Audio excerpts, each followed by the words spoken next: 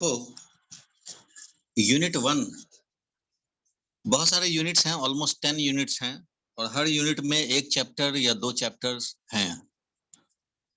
जो first unit है इसमें टोटल 2 चैप्टर्स हैं, जिसमें एक फिजिकल वर्ल्ड रख दिया गया नाम और दूसरा है यूनिट्स एंड मेजरमेंट। तो इसमें ये है फिजिकल वर्ल्ड, तो बिल्कुल ही इंफॉर्मेटिव है, जिसमें कि सिर्फ 2 आवर्स लगते हैं।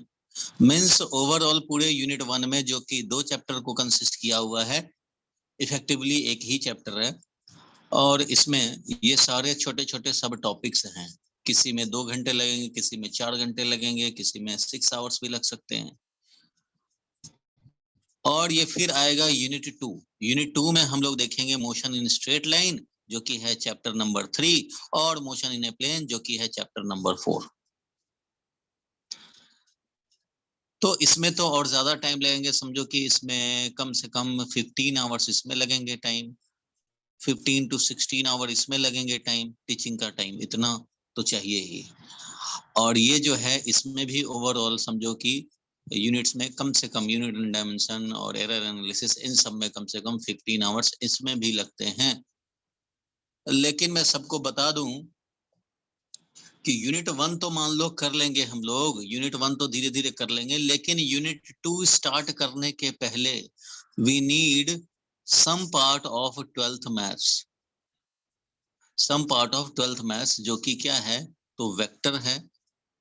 वेक्टर में कम से कम हमें डिस्कशन करने पड़ेंगे कम से कम 10 आवर्स, तब जाके आप यूज कर पाएंगे। और एक आता है टर्म डिफरेंशिएशन, और एक आता है टॉपिक इंटीग्रेशन।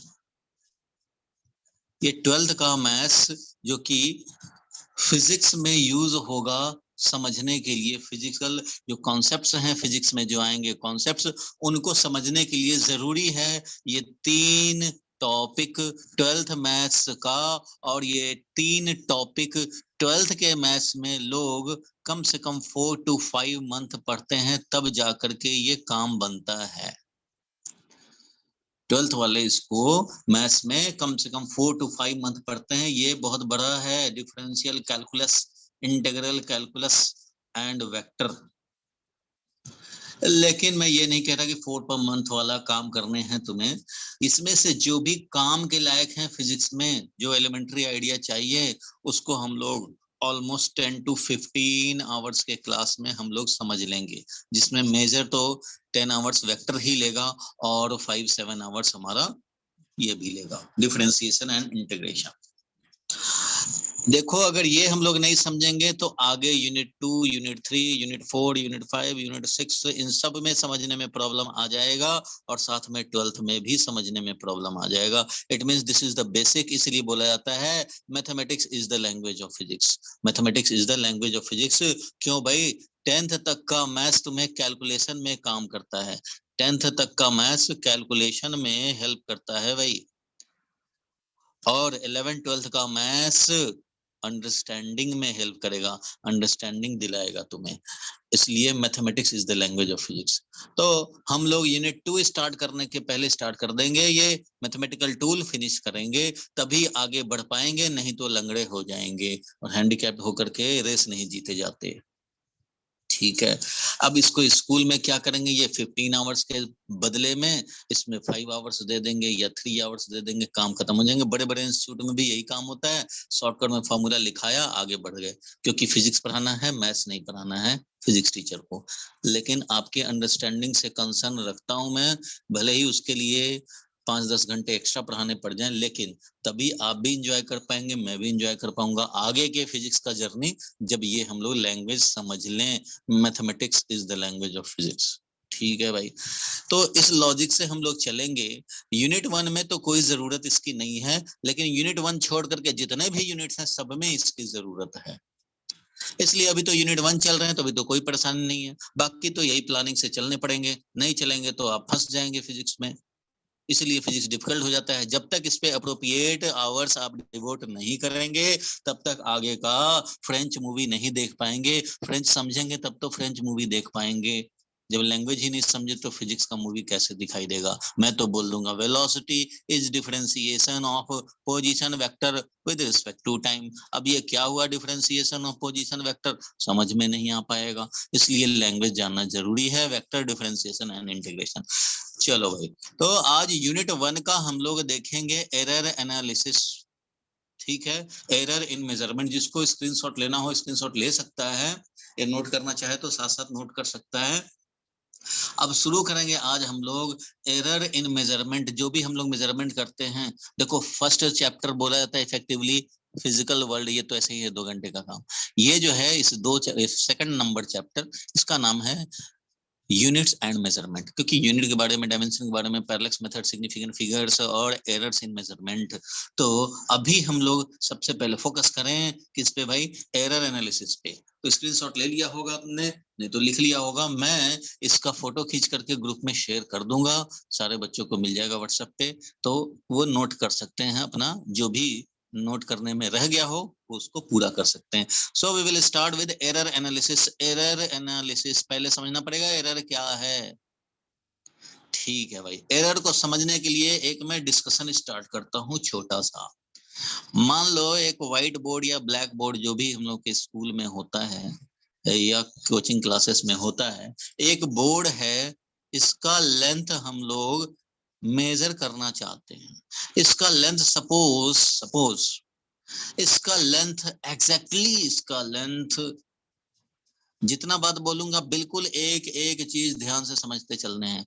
मान लो इसका एग्जैक्टली लेंथ है 3 मीटर।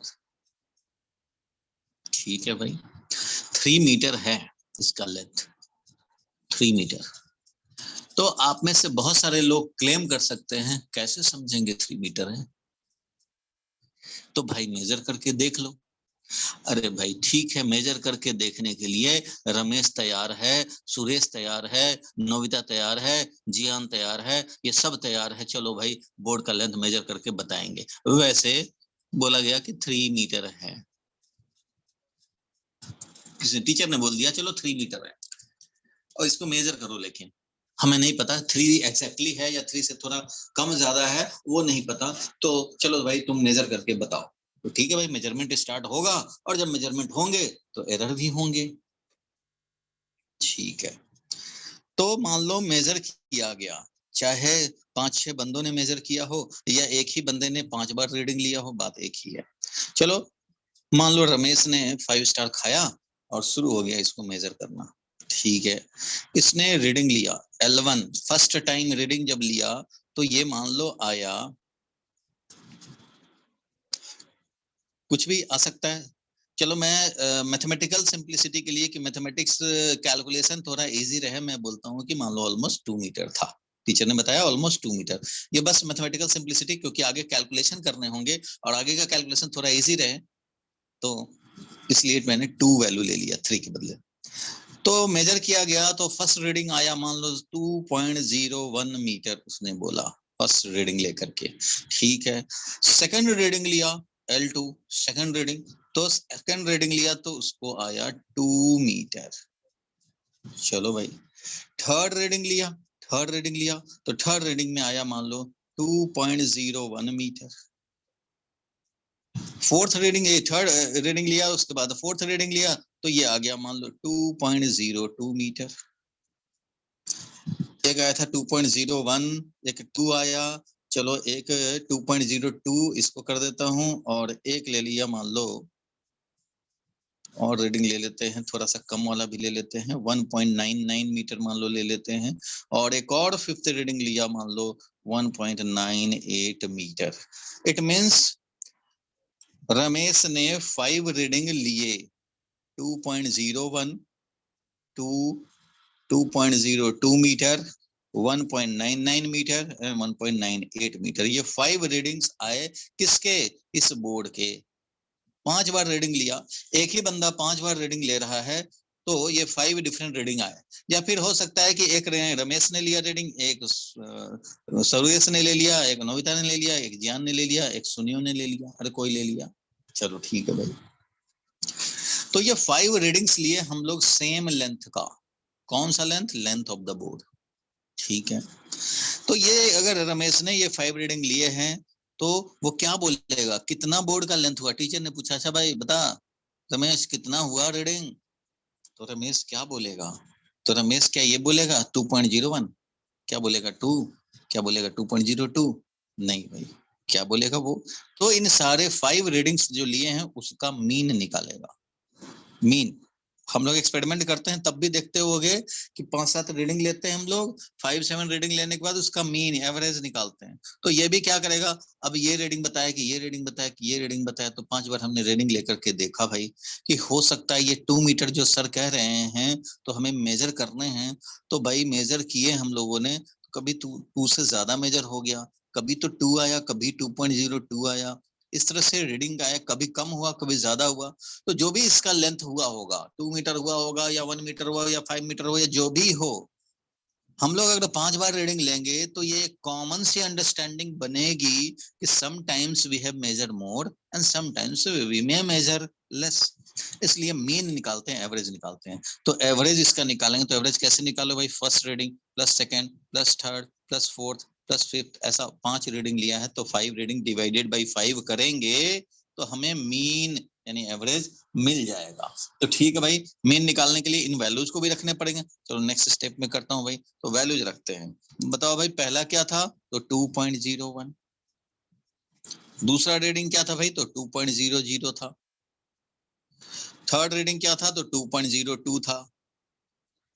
फोर्थ रीडिंग क्या था भाई, तो 1.99 था। और फिफ्थ रीडिंग था 1.98। ठीक है भाई, तो इतना रीडिंग ले लिया गया। डिवाइडेड बाई क्या करेंगे, तो डिवाइडेड बाई तो 5 करने ही पड़ेंगे, तो डिवाइडेड बाई 5 करेंगे भाई। ठीक है, तो इस तरह से हमें एक मीन वैल्यू मिल गया, इसको एल नॉट मैंने लिखा। कुछ लोग इसको ऐसे भी लिखेंगे, कुछ बुक में ऐसे लिखे जाएंगे, एल के ऊपर बार लगा दिया, इट मींस मीन लिया गया है, मीन लेंथ। तो वो मीन लेंथ आया। अब इनको सम करेंगे, सम करेंगे भाई, तो कितना आ जाएगा भाई, सम करोगे तो L भाई 5, 2 मीटर मिल गया। This is mean value of all the readings taken, mean value of all the readings taken. ऐसा एल नॉट लिख सकते हैं या एल बार लिख सकते हैं, बार का मतलब है एवरेज। तो ये हमें मिल गया। ठीक है, अब एक बात बताओ, मैं तुमसे पूछ रहा हूँ, आप जरा कॉमन सेंस वाले हो, सारे लोग साइंस लिए हो भाई, तो कॉमन सेंस तो सबके पास है इतना, और लॉजिकली सोचते हो, लॉजिकली सोचना ही पड़ता है साइंस में। तो ये बताओ, अगर मैं एक क्वेश्चन पूछूं कि अब बताओ कि लेंथ ऑफ अ बोर्ड कितना था, कितना है, लेंथ ऑफ अ बोर्ड कितना है? sir 2 meter. Sir, 2 meter. 2 metre. Yes, sir, 2 meter.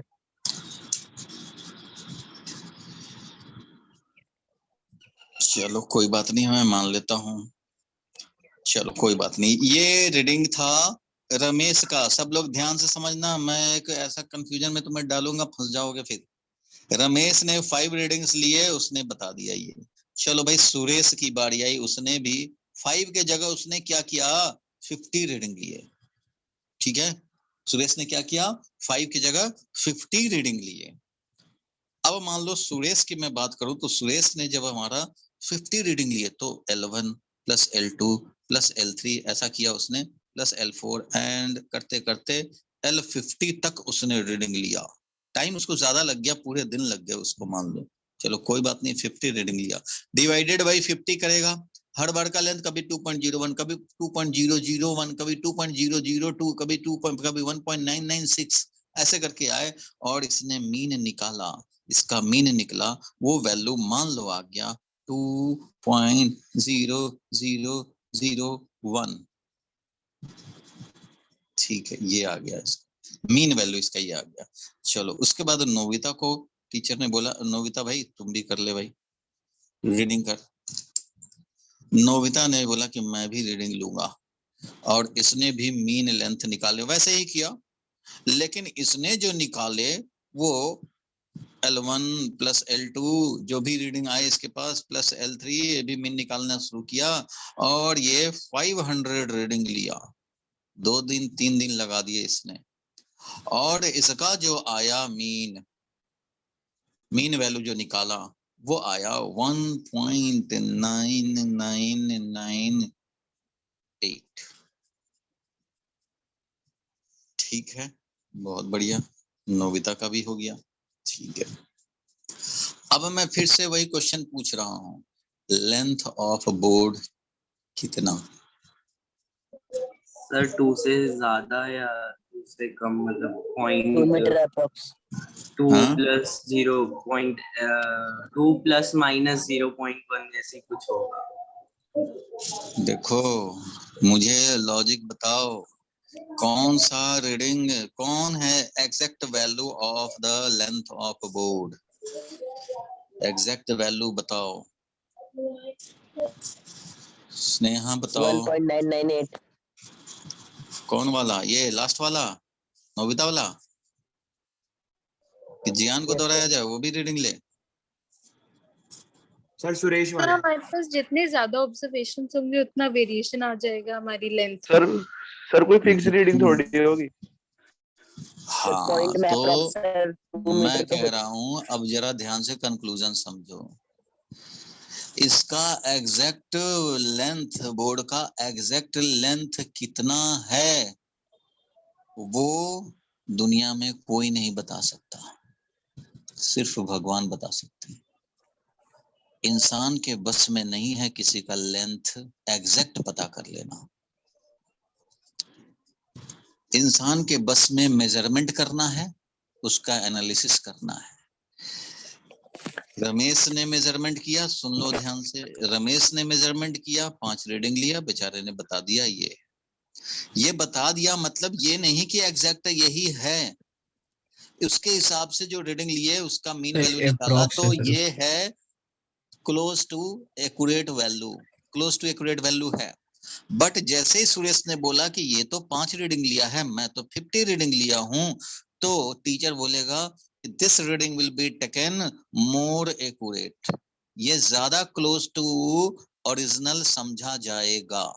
क्यों? क्योंकि इसमें बहुत ज्यादा रीडिंग लिए हैं, समटाइम्स ज्यादा हुए रीडिंग, समटाइम्स कम हुए, और एवरेज इतने सारे रीडिंग का लिया है, तो इसका इससे ज्यादा एक्यूरेट समझा जाएगा। और इसने 500 रीडिंग लिए, तो 500 रीडिंग लिए तो इसका उससे भी ज्यादा एक्यूरेट समझा जाएगा, मींस उससे भी ज्यादा क्लोज टू ओरिजिनल वैल्यू समझा जाएगा। मींस जो भी ओरिजिनल वैल्यू है इससे ये ज्यादा क्लोज समझा जाएगा लॉजिकली, क्योंकि बहुत ज्यादा रीडिंग लिए गए हैं, कई बार ज्यादा हुआ है, कई बार कम हुआ है, कई बार 2 भी मेजर हुए हैं, और ऐसे करते करते इतने सारे रीडिंग का जब मीन लिया गया, तो this will be treated more close. अगर कंपैरेटिवली बात करें तो मोर क्लोज ये होगा, तो इसको ज्यादा एक्यूरेट समझा जाएगा, more close to original value. But अभी भी ओरिजिनल वैल्यू क्या है वो किसी को नहीं पता। अब कोई मान लो जियान आया और वो बोलेगा कि मैं 5000 रीडिंग लूंगा, मैं तो जीवन में यही काम करूंगा, 5000 रीडिंग लूंगा और उसके बाद मीन निकालूंगा। अब वो रीडिंग मान लो ले करके 1.999 और 85 ऐसा कर दे, तो ये वाला ज्यादा क्लोज टू एक्यूरेट समझा जाएगा, क्योंकि इसकी रीडिंग की नंबर्स बहुत ज्यादा हैं। तो इंसान के बस में है ही नहीं कि इसका ओरिजिनल पता कर लें। इंसान के बस में बस इतना ही है कि मेजरमेंट करें, एक बार मेजर करके उसी को फाइनल नहीं मान लें, कुछ तो रीडिंग लें उसका मीन, क्योंकि एक बार रीडिंग लेने में लॉजिकल सी बात है भाई कि हो सकता है ज्यादा मेजर हो गया हो, फिर दूसरी बार रीडिंग लिया, तीसरी बार रीडिंग लिया, कुछ बार कम रीडिंग आए, कुछ बार ज्यादा रीडिंग आए, वैसे मीन इसलिए तो निकाले जाते हैं कि कम ज्यादा सारा मिलाकर को मोर क्लोज टू एक्यूरेट है वो हमें मिले। तो ये 5 रीडिंग, ये 50 रीडिंग, 500 रीडिंग, 5000 रीडिंग, तो जितना ज्यादा नंबर ऑफ रीडिंग उतना ज्यादा close to original value. But close to original value होने का दावा ही कर सकते हैं, बट ओरिजिनल क्या है इस पे कोई स्टैंप नहीं लगा सकता। ये बात हजम हुई पहले? Yes sir. Yes sir. जागृत, क्लियर है? समझ सकता हूँ कि सारे लोगों को ऑलमोस्ट क्लियर हो गया। फिर से मैं समराइज कर दूं कि कोई भी लेंथ, चाहे तुम पेन का लेंथ निकालो, बोर्ड का लेंथ निकालो, तो इंसान के बस में सिर्फ मेजरमेंट करना और उसका एनालिसिस करना है। ओरिजिनल क्या है वो भगवान के लिस्ट में है, भगवान ही बता सकते हैं इसका कितना लेंथ है। हम लोग मेजरमेंट करके और मीन निकाल करके ये मन को दिलासा दे देते हैं, मन को तसल्ली दे लेते हैं कि we are now more close towards the original value, इसलिए अब इसी को ओरिजिनल समझ लिया जाए। तो मैं एक सेंटेंस लिख रहा हूं, on the basis of several reading, बहुत सारे रीडिंग्स हमने लिए, on the basis of several readings and taking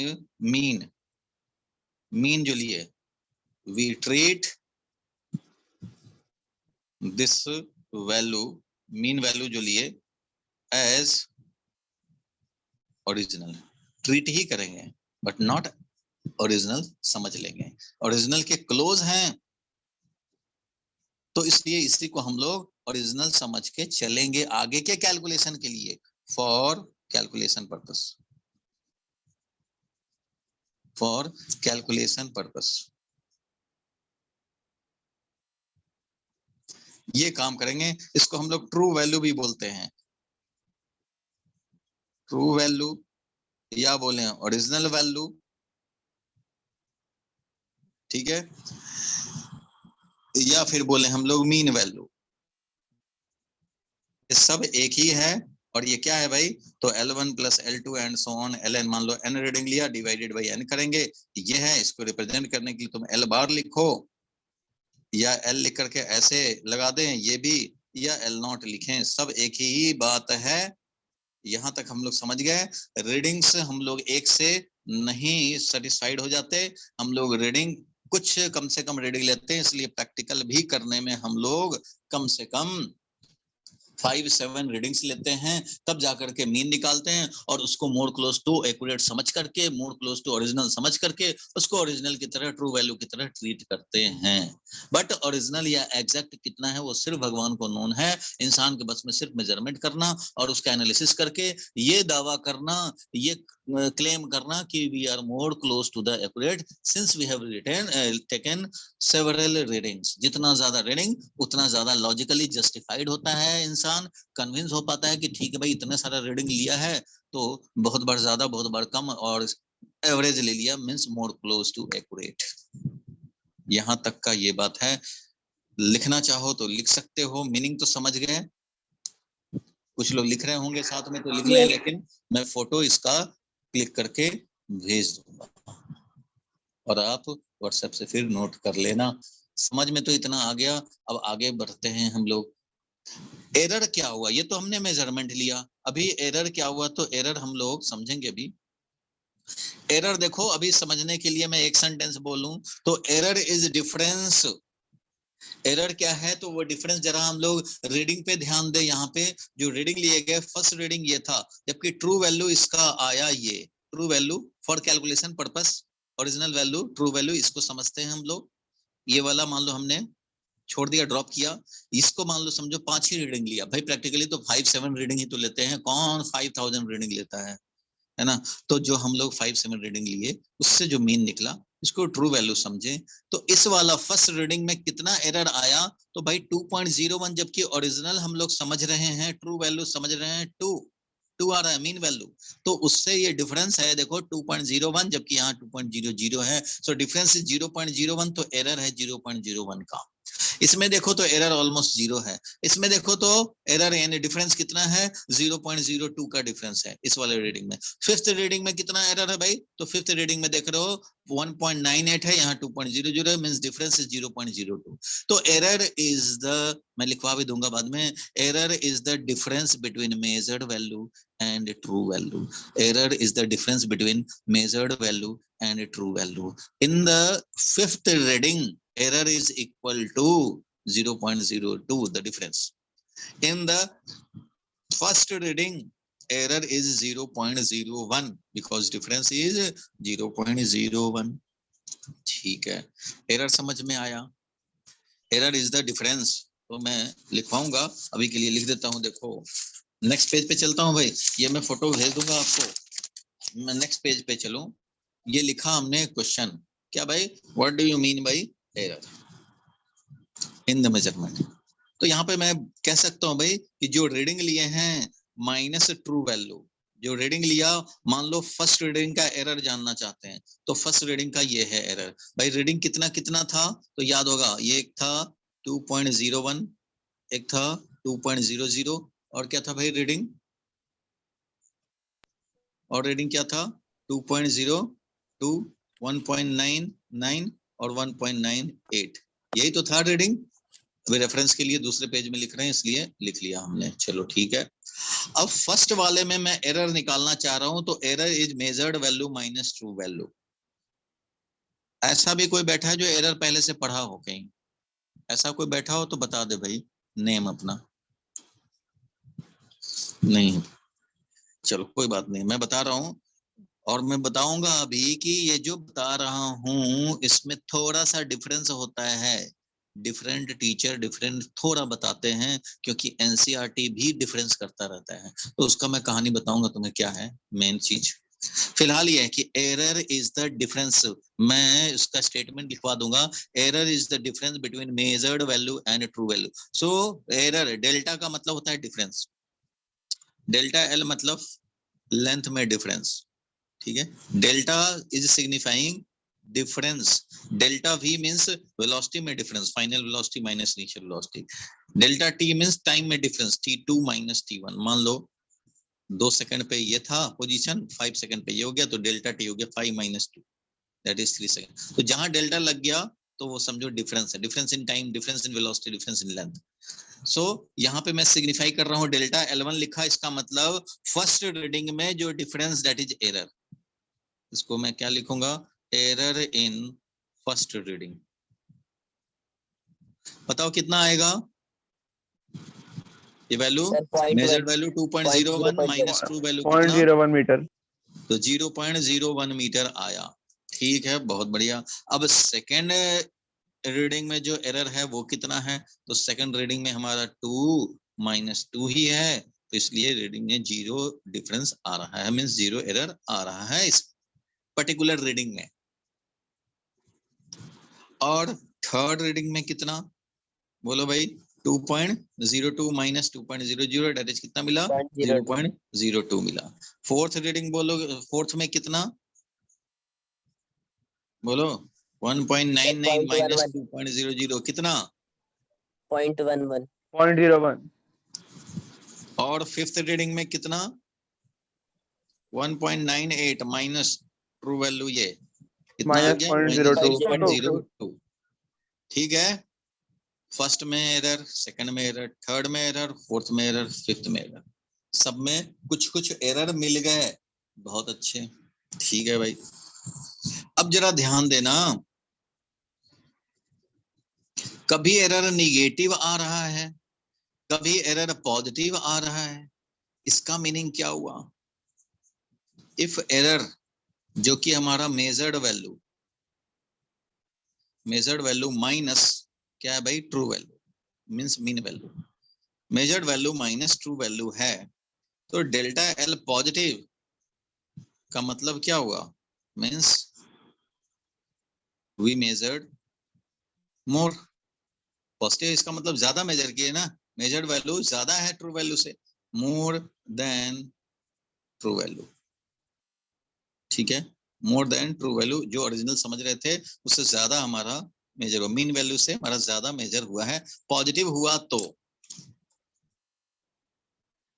and if error is less than 0, it means measured value is less than true value, ठीक है, measured value is less than true value।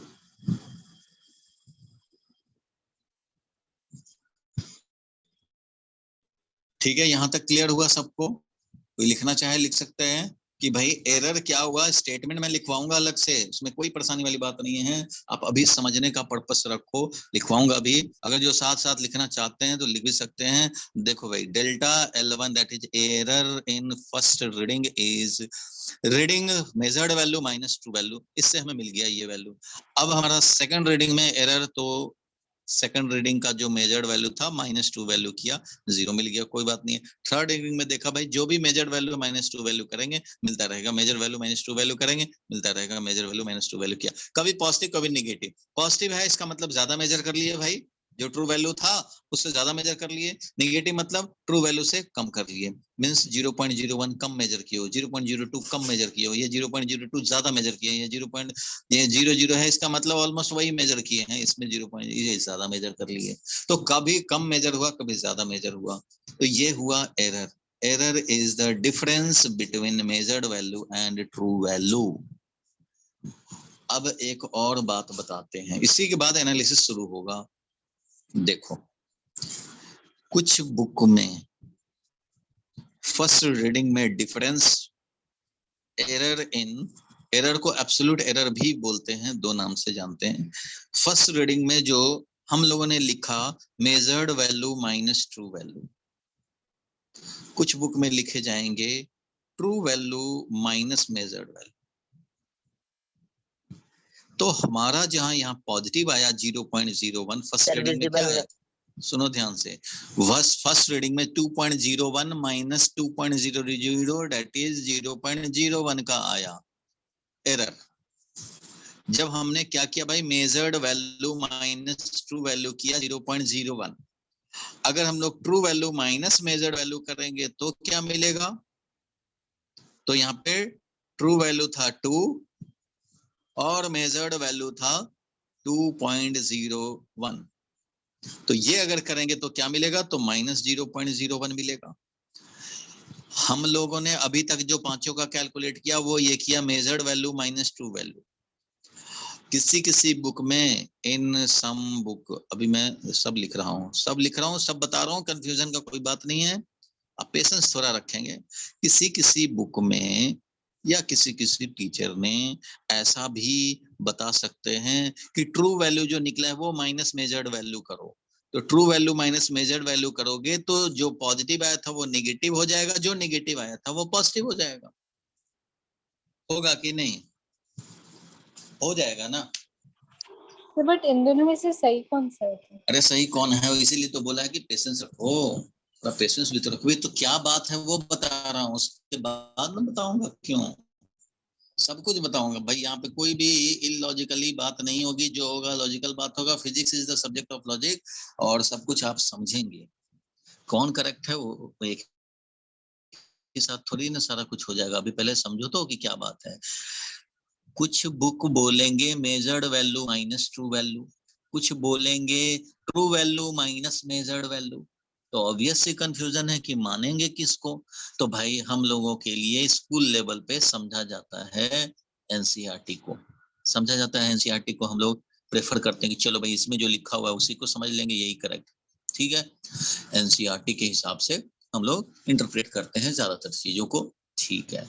तो NCERT का अगर आप 12 years back देखो, 12 years back का NCERT अगर देखोगे तो उसमें है measured value minus true value.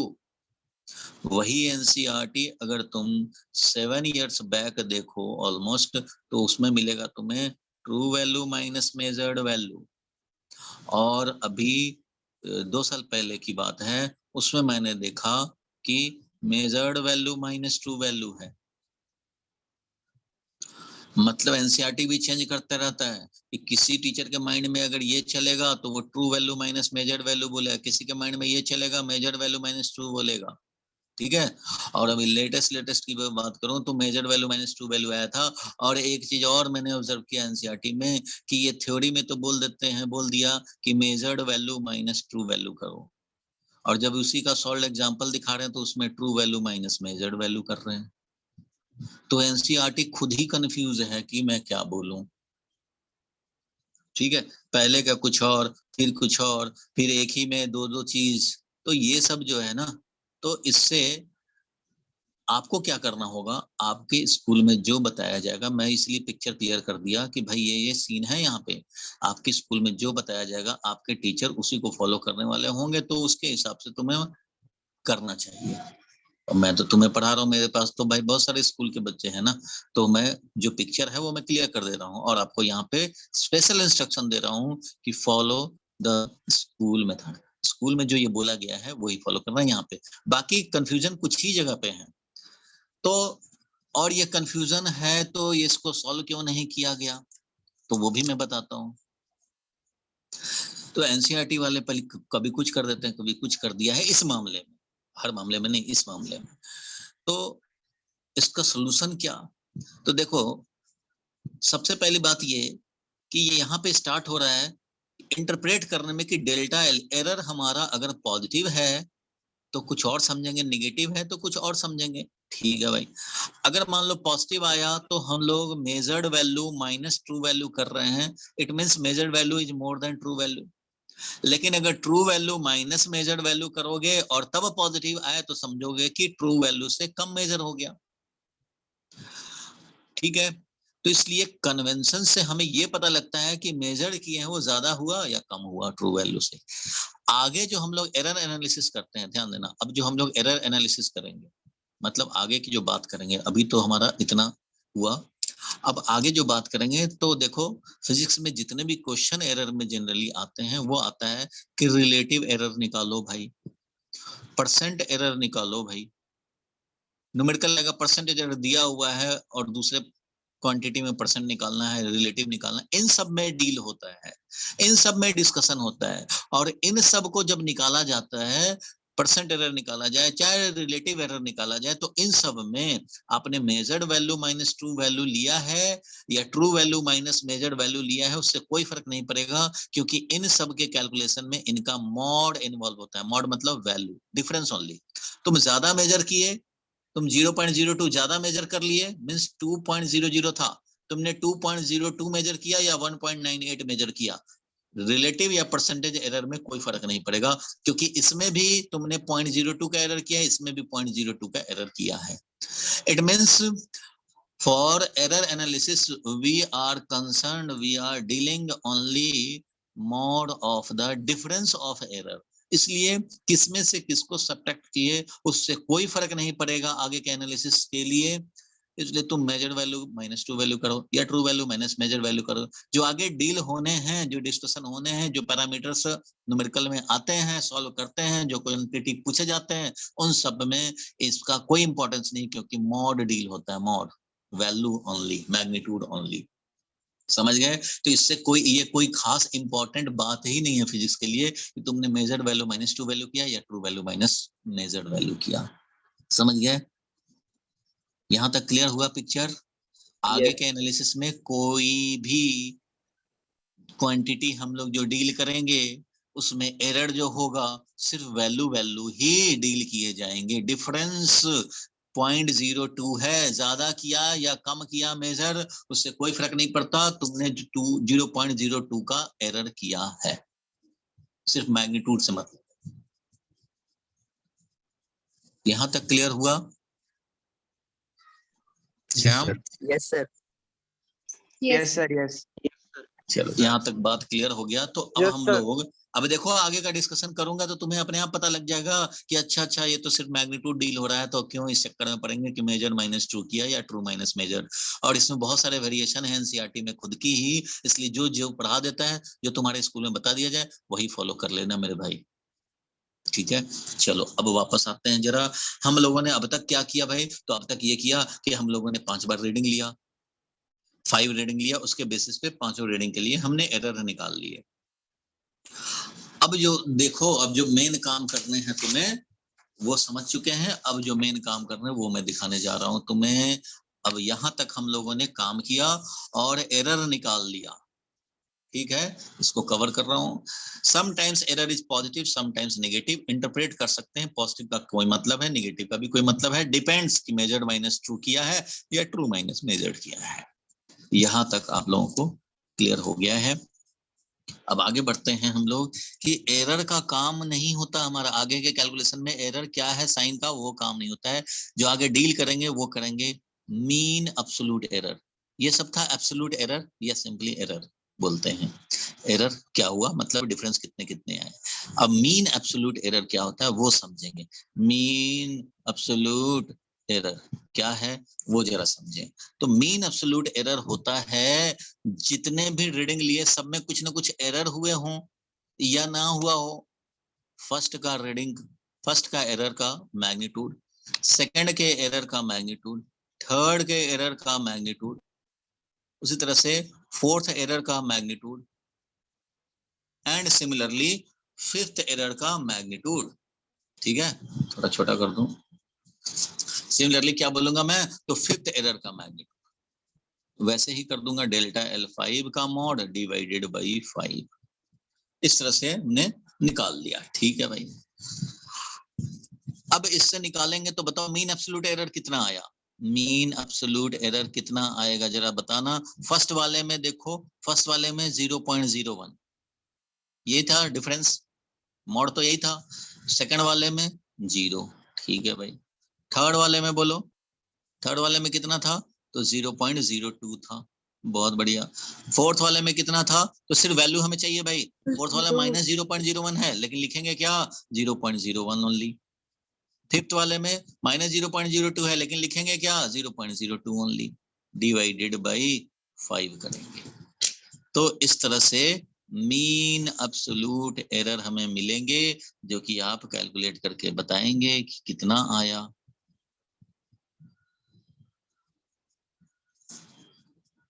क्या ये 0.012 आया क्या, 0.06/5।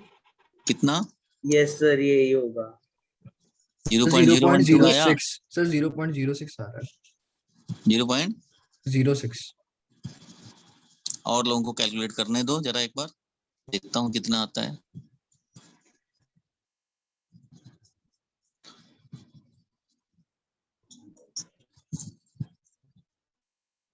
सर 0.06 ही आ रहा है।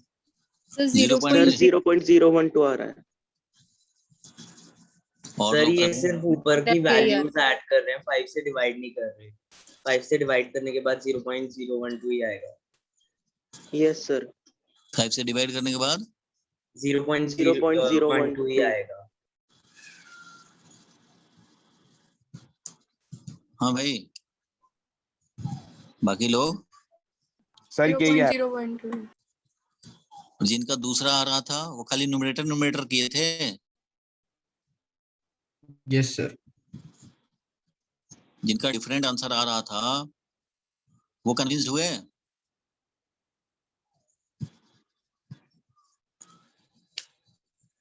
बोलो भाई, कैलकुलेटर तुम्हारे पास होगा, मोबाइल होगा।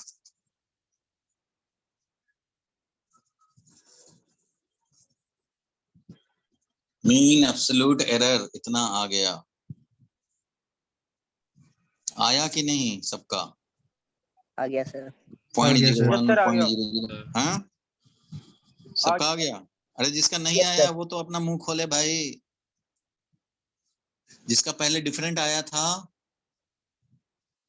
वो कंफर्म करें।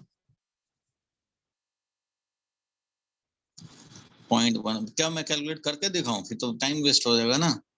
1 2 3 6 0.06 ऐसे आया था डिवाइडेड बाई 5। हाँ तो ठीक तो है। Yes, sir. ठीक है, ये 0.01 Yes, sir. सर आ गया। 0.01. ये आया mean absolute error 0.06 divided by 5 और वो आ गया। इसको हम लोग बोलेंगे मीन एब्सोल्यूट एरर। देखो डेल्टा L नॉट इसलिए लिख दिया क्योंकि भाई हमने जो ओरिजिनल वैल्यू तो था एक L नॉट, L नॉट आया था कितना, तो ये आया था L नॉट। इसको हम लोग L बार भी बोलते हैं। चलो ठीक है भाई, ये तो L बार बोल दिया। तो ये आया था। अब इसमें डेल्टा L नॉट लिख दें या कोई डेल्टा L का मीन लिख दें, क्योंकि डेल्टा L1 तो नहीं लिख सकते, डेल्टा L2 नहीं लिखेंगे क्योंकि फर्स्ट रीडिंग सेकंड रीडिंग का एरर है। ये तो भाई सारे एरर्स का मीन है, सारे एरर्स के वैल्यूज का मीन है, इसलिए इसका नाम है मीन एब्सोल्यूट एरर। ये था एब्सोल्यूट एरर, एब्सोल्यूट एरर, हर रीडिंग में अपना अपना एब्सोल्यूट एरर या एरर है, बट उनके मैग्नीट्यूड का मीन एब्सोल्यूट एरर। अब देखो, मान लो सुरेश ने या रमेश ने रीडिंग लिए थे 5, रमेश ने लिए थे 5 रीडिंग लिए था, याद होगा, रमेश ने 5 रीडिंग लिए थे। टीचर ने पूछा था कि अच्छा भाई बता तू कितना लेंथ ऑफ बोर्ड आया, तो अब बता रहा हूं तुम्हें लेंथ ऑफ बोर्ड वो क्या बताएगा, टीचर को बोलो, लेंथ ऑफ बोर्ड क्या बताएगा वो टीचर को। तो इसका एक स्टैंडर्ड कन्वेंशन है, ठीक है। मेजरमेंट में हम लोग जब मेजरमेंट करके जब एक्सप्रेस करेंगे उस क्वांटिटी को, length of the board teacher को तुम्हें बताना हो तो तुम 5 बार 10 बार रीडिंग लोगे, उसका मीन निकालोगे, रीडिंग लोगे, उसका क्या करोगे, मीन निकालेंगे।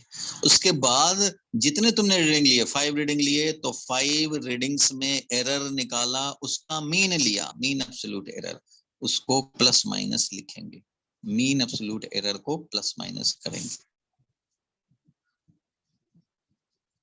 मतलब इस लेंथ ऑफ बोर्ड को लिखा जाएगा टू, जो इसका 5 रीडिंग्स का जो मीन था true value, plus minus mean absolute error था 0.012, ये था मीन एब्सोल्यूट एरर। तो ये हो गया लेंथ ऑफ बोर्ड एक्सप्रेस करने का ये स्टैंडर्ड वे है। इसका मतलब क्या होता है, इसका मीनिंग क्या हुआ वो जरा समझो। उसका मीनिंग ये हुआ कि रमेश बता रहा है टीचर को कि सर लेंथ था बोर्ड का 2 + -0.012, इसका मतलब कि जो भी मैंने रीडिंग ली है, ये मैं ये नहीं बता रहा कि 5 रीडिंग लिए कि 10 रीडिंग लिए या 100 रीडिंग लिए या 2 रीडिंग लिए, मैं आपको ये नहीं बता रहा कि कितने रीडिंग लिए, उतना डिटेल में मैं नहीं बता रहा और ना ही आपको जानने की जरूरत है। बस हाँ, जितने मैंने रीडिंग लिए उसका मीन ये था, और जितनी बार रीडिंग लिया कुछ ना कुछ एरर हुए, उसका मीन एरर ये था। इट मींस कि ये हमारा मीन वैल्यू समझा जाए, लेंथ ऑफ द बोर्ड समझा जाए, और इसमें ये वेरिएशन है, मीन वेरिएशन, जो मीन एरर है, मीन एरर वैल्यू है, जिसमें कोई साइन वाइन नहीं होगा। तो इसको ट्रू वैल्यू समझा जाए, इसको ट्रू वैल्यू समझा जाए मीन्स ये बीच वाला वैल्यू है जो इसका मोस्ट क्लोज टू ओरिजिनल समझा जाए, इसी को ओरिजिनल समझा जाए। और इसमें ये प्लस माइनस का मतलब क्या हुआ कि इतना ज्यादा या कम ऑन द एवरेज हमारे रीडिंग्स लेने में था, हमारे रीडिंग्स लेने में जो भी कम ज्यादा वेरिएशन हुए, जो भी एरर हुए, उनका मीन ये था। नंबर ऑफ रीडिंग नहीं बताएगा, बस ये बताएगा कि ये है लेंथ ऑफ द बोर्ड और इसमें इतना वेरिएशन के साथ हमारे इस लेंथ को समझा जाए, इतना वेरिएशन के साथ। अगर मान लो वेरिएशन बड़ा बड़ा होता तो उसका ऐसे हो जाता, मान लो ट्रू है और 2 है और प्लस माइनस ऐसे हो जाता 0.019, मान लो 012 है, यहाँ 019 है, तो ये ज्यादा एरर हो गया, ज्यादा इसमें मीन एब्सोल्यूट एरर ज्यादा है, मतलब समझो कि ये केयरलेसली किया गया, ये ज्यादा केयरलेस होके किया, ये कम केयरलेस होके समझो किया हुआ है, इसलिए ज्यादातर इसके रीडिंग्स जो हैं वो क्लोज रहे हैं। देख रहे हो वो 0.12 का ही वेरिएशन है ऑन द एवरेज, यहाँ पे 0.019 का है, या इससे भी ज्यादा कर दे, डबल कर दे, ट्रिपल कर दे, ट्रिपल वैल्यू कर दोगे तो इसका मतलब बहुत ज्यादा वेरिएशन ये करता था, तो बस ऐसे ही ले लिया रीडिंग। तो स्टैंडर्ड वे यही है रिप्रेजेंट करने का, ठीक है। ट्रू वैल्यू लिखो और मीन एब्सोल्यूट एरर लिखो। अब क्या ये मीन एब्सोल्यूट एरर में क्या तुम्हें लग रहा है कि साइन का इंपॉर्टेंस है? साइन का इंपॉर्टेंस तो खत्म हो गया, जैसे ही तुमने मीन एब्सोल्यूट एरर निकाले साइन का इंपॉर्टेंस बेकार हो गया। अब तो बस जो है वो हमने लिख दिया और इस तरह से रिप्रेजेंट कर दिया। रिप्रेजेंटेशन का ये स्टैंडर्ड वे है।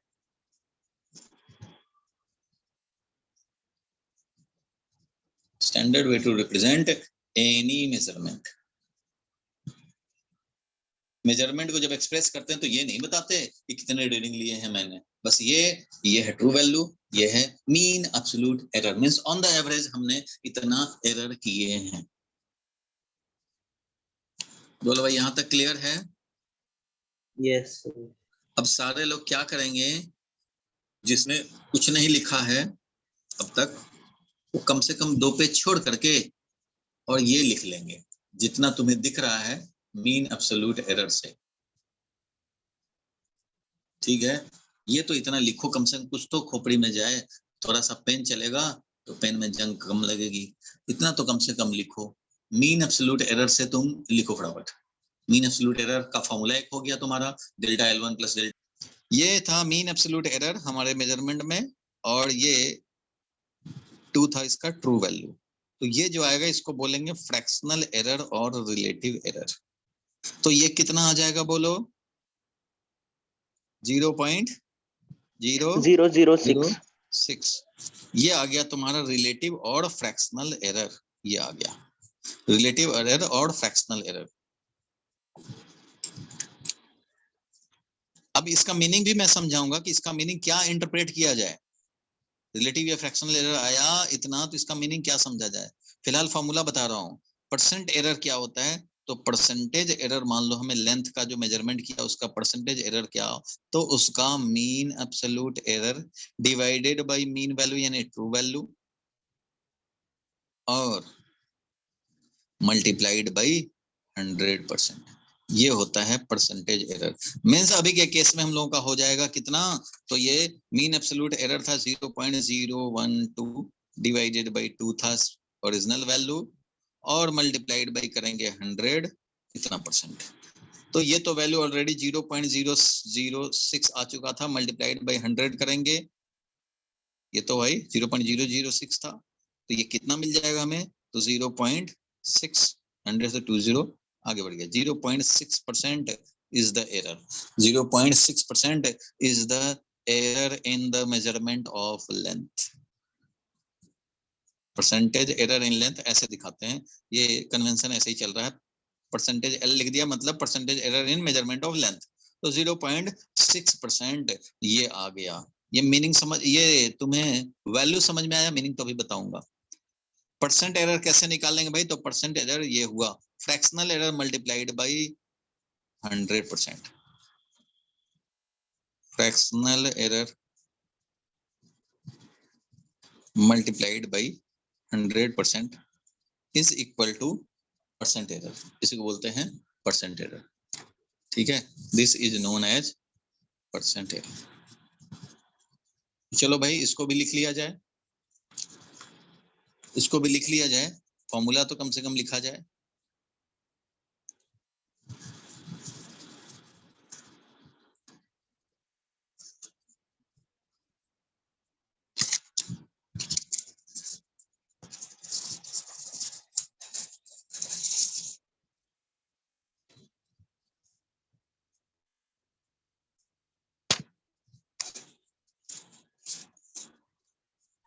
Done sir.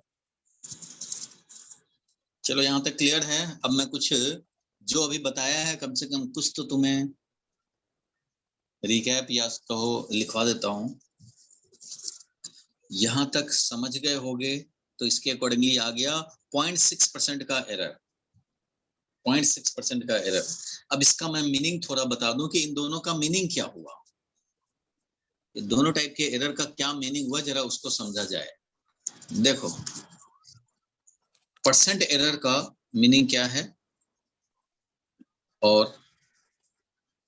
फ्रैक्शनल या रिलेटिव एरर का मीनिंग क्या है।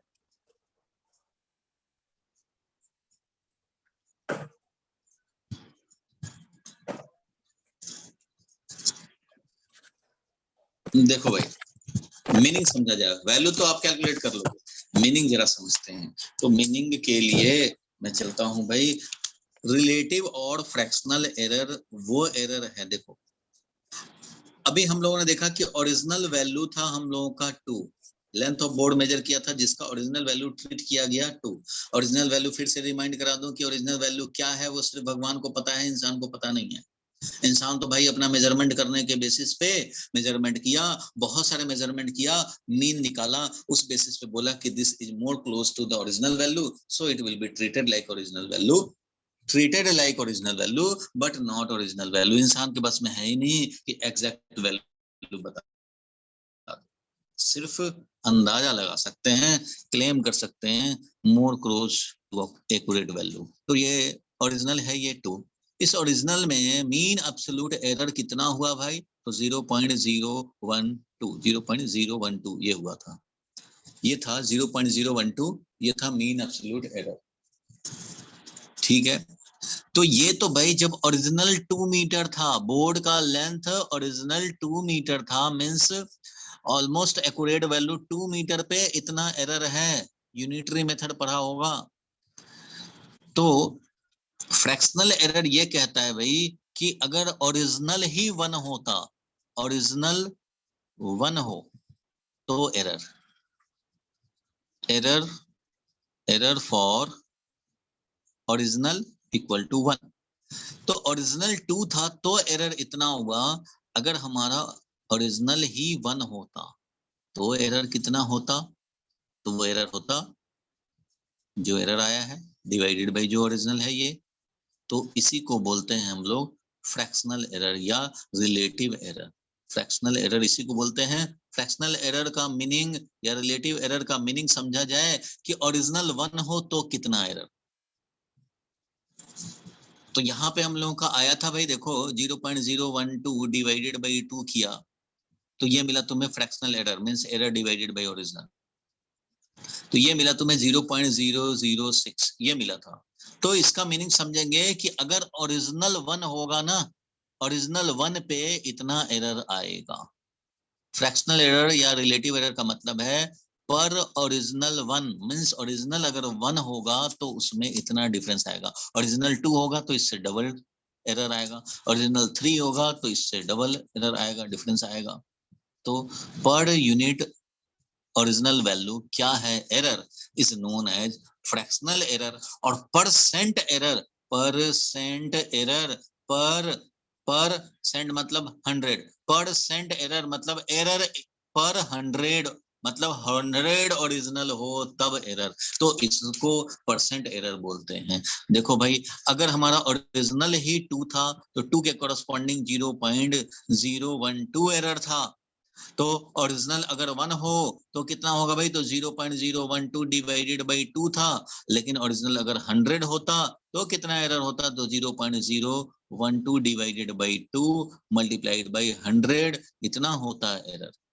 तो इसी को तो बोलते हैं परसेंटेज एरर। तो वो आया था 0.6, मींस पर 100 हमारा पर 100 जो होगा एरर उसी को बोलते हैं परसेंट एरर।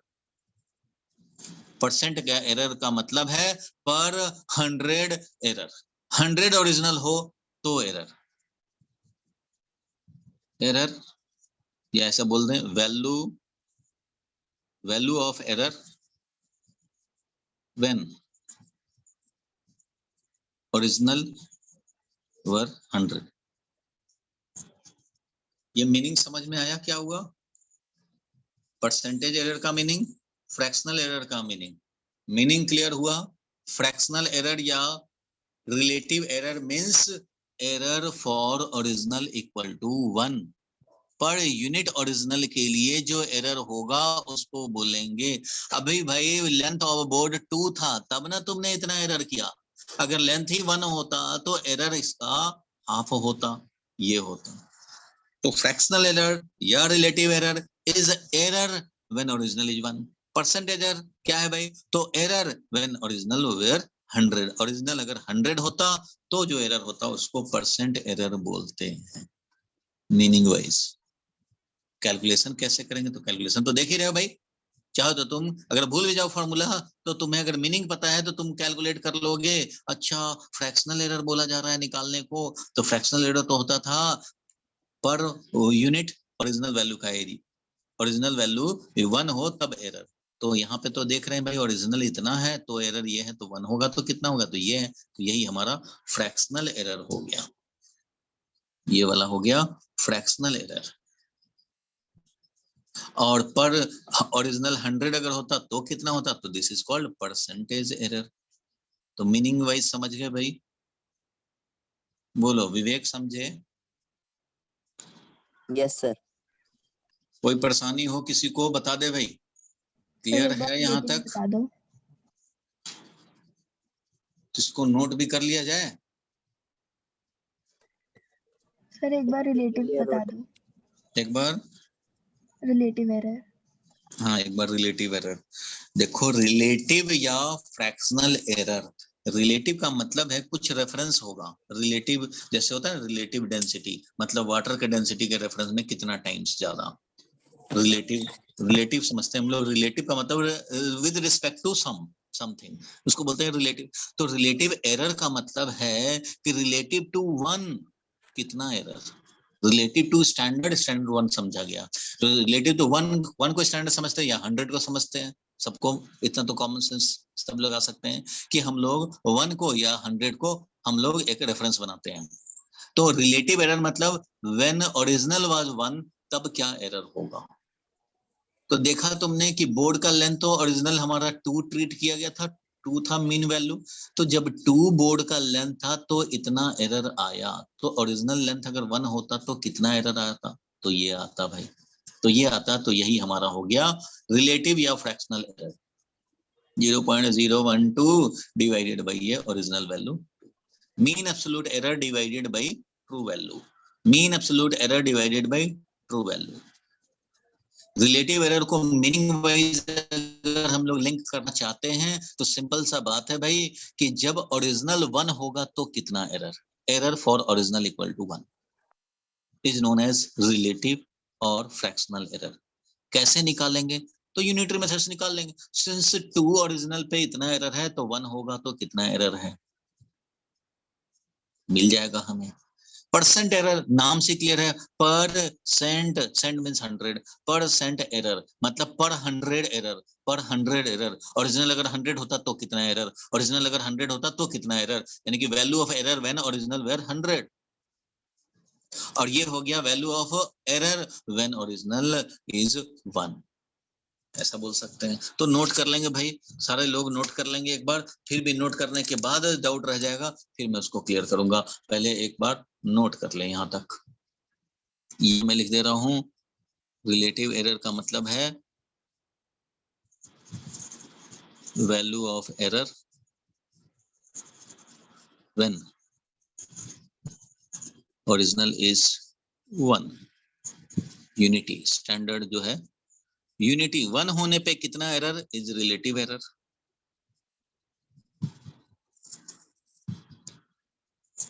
और 100 एरर में कितना है, 100 अगर ओरिजिनल हो तो एरर कितना है, तो that is called percent error.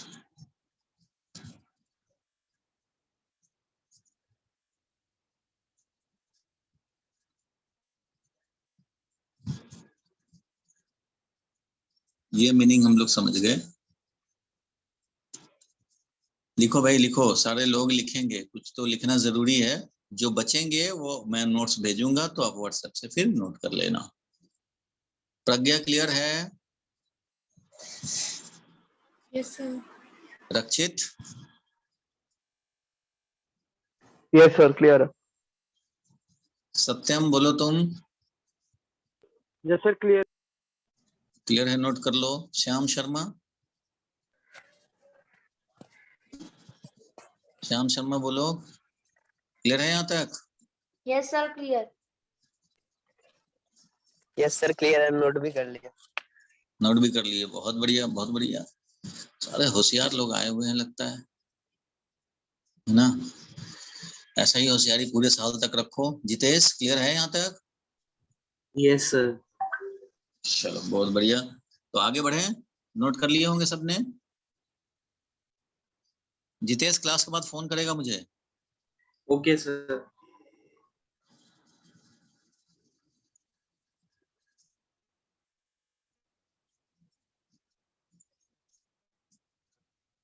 ठीक है आगे बढ़ते हैं।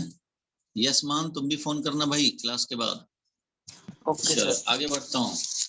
आगे बढ़ते हैं, आगे बढ़ते हैं भाई। चलो अब जरा मैं थोड़ा सा तुम्हें लिखवाने का भी कोशिश कर लूं। अब तक जो हमने पढ़ा है वही समझो एक तरह से रिकैप हो रहा है। व्हाट इज एरर और एब्सोल्यूट एरर। तो लिखना चाहेंगे तो लिख भी सकते हैं, नहीं तो अभी के लिए छोड़ भी सकते हैं। फोटो तो मैं भेज ही रहा हूँ, देखो क्या मैंने लिखा भाई, द एरर इन मेजरमेंट, क्या है एरर या एब्सोल्यूट एरर, तो वो दिखा रहा हूँ भाई। सर स्क्रीन शेयर ऑफ हो गया। सर आपकी वीडियो ऑफ हो गई है सर। Yes, sir. कोई बात नहीं, अभी कर देता हूँ, बता दिया करो बस। सर हो गया। सर अब टेढ़ा आ रहा है। हाँ ठीक बात है, बताते रहना भाई, कुछ गड़बड़ हो जाता है ना। अब ठीक हो गया होगा, ठीक हो गया। Yes sir. Yes sir. चलो बहुत बढ़िया। The error in A measurement, sir एक बार दोबारा बता दीजिए। क्या चीज? सर व्हाट इज एरर से दोबारा बता दीजिए, परसेंट एरर के बाद से। हाँ हाँ सब आएगा, फिर से आएगा। व्हाट इज एरर ही बता रहा हूँ, देखो व्हाट इज एरर ही बता रहा हूँ। The error in measurement is the difference between measured value and true value और mean value, true value या mean value, mean value को ही तो true समझ लेते हैं। for the quantity, जिस भी quantity को measure कर रहे हो, means error is equal to measured value minus true value, this is treated as formula, formula की तरह इसको हम लोग समझेंगे भाई। जब भी एरर निकालना होगा, हाँ ये बात अलग है कि कुछ बुक में या कुछ टीचर बोल देंगे true value minus measured value, तो मैंने बताया क्या कहानी था इसका, तो वो तो भाई जैसा एनसीईआरटी बोलेगा उस हिसाब से काम करते हैं लोग। और अगर मान लो स्कूल में तुम्हें जो बोला जाए वही काम करने, ठीक है।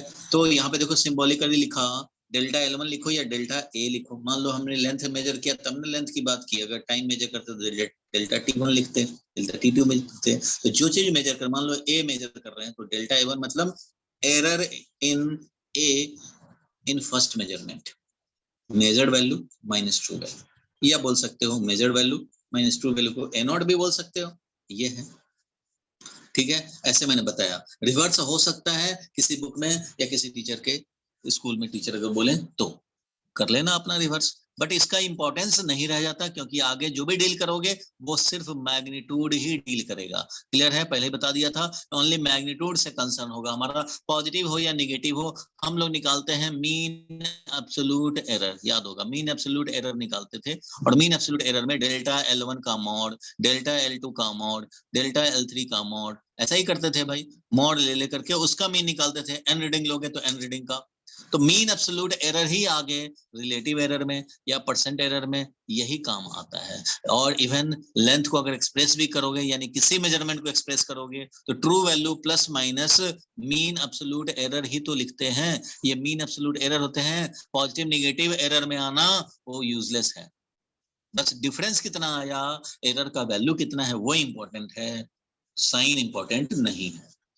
तो एरर क्या है वो समझ गया, measured value minus true value, यानी डिफरेंस, डिफरेंस जो डिफरेंस है वही मेन है, साइन डिफरेंस का इंपॉर्टेंस नहीं है, ठीक है। इसके आगे देखेंगे भाई मीन एब्सोल्यूट एरर क्या होता है। मीन एब्सोल्यूट एरर, तो भाई मीन एब्सोल्यूट एरर मैंने लिख दिया है जानबूझ करके कि लिखने में टाइम वेस्ट ना हो, समझने का काम किया। The arithmetic mean, mean he तो निकाला था हम लोग, the arithmetic mean of positive magnitude, आवाज आने के बाद थोड़ी देर बाद मैंने ध्यान देखा था जब सर लिखने के लिए बोल रहे थे। कोई बात नहीं है बच्चे, देखो आराम से देखो, कोई जल्दी नहीं है, आराम आराम से समझने का है। एक बार समझ जाओगे तो उसके बाद आराम से काम कर सकते हो। The arithmetic mean, mean absolute error मैंने बताया ना, मीन एब्सोल्यूट एरर ऐसे ही तो लेते हैं, मीन एब्सोल्यूट एरर यही तो काम करते हैं, mean of all the magnitude of errors.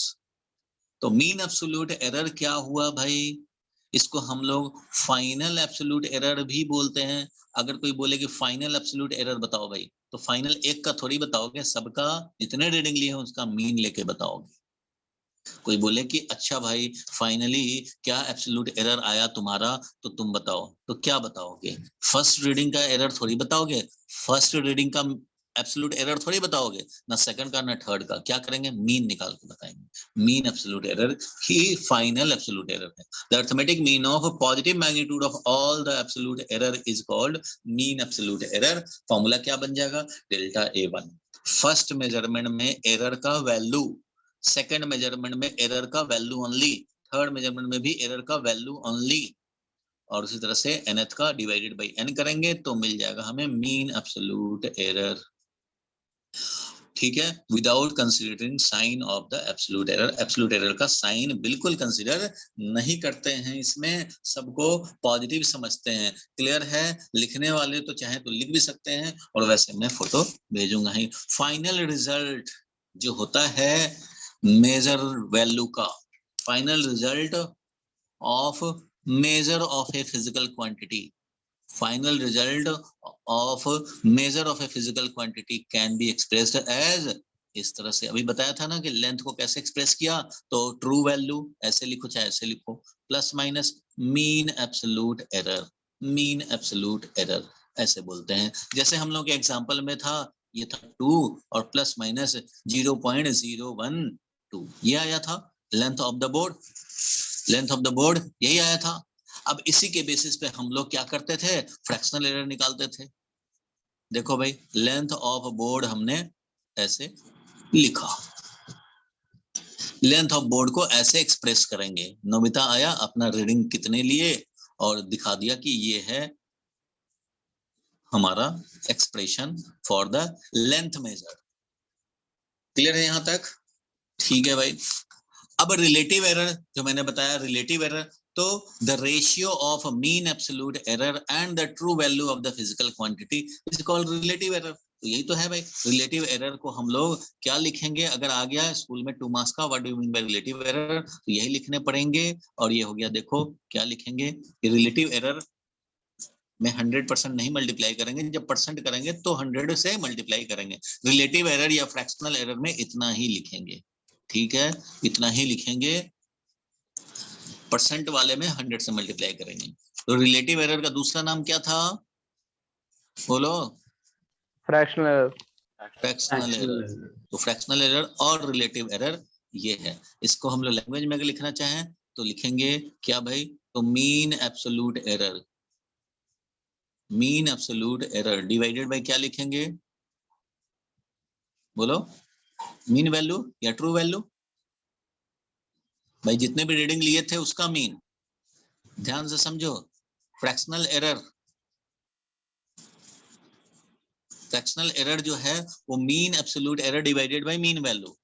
इसका मीनिंग क्या हुआ कि जितने एरर हुए हैं उनके मैग्नीट्यूड्स का मीन, मतलब एरर्स का मीन, एरर्स के वैल्यू का मीन, और ये है रीडिंग्स के मीन। ये क्या है, रीडिंग्स का मीन। ट्रू वैल्यू किसको लेते थे, रीडिंग्स का मीन। ये है mean of all readings, mean of all readings, जो रीडिंग्स लिए हैं वो। और ये क्या है, mean of all errors, mean of all errors in different readings. ठीक है, mean of errors in all different readings. Clear है यहां तक? लिखने का काम हम लोग कर लेंगे अलग से भी, अभी लिखना चाहेंगे तो अभी स्क्रीनशॉट ले लो, लिख लेना। यहां तक क्लियर है? फॉर्मूला क्लियर हुआ? बोलो भाई, फॉर्मूला क्लियर हुआ? Yes sir. Yes Vivek? Yes sir. अच्छा, यहाँ पे मैं मीनिंग भी लिख देता हूँ, तुम भी लिख लोगे भाई, जो पहले शायद नोट भी किया होगा।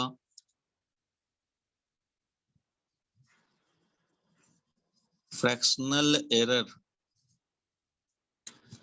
is the value of error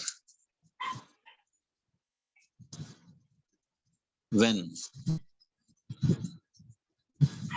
original means true value is 1। जब ओरिजिनल यानी ट्रू वैल्यू क्या हो, 1। मीनिंग वाइज तो यही है, मीनिंग वाइज तो यही था। क्लियर है यहां तक? आगे बढ़े प्रज्ञा, बोलो आगे बढ़े। Yes sir. ठीक है, तो मीन एरर का पता लग गया, यहाँ तक फॉर्मूला भी नोन हो गया।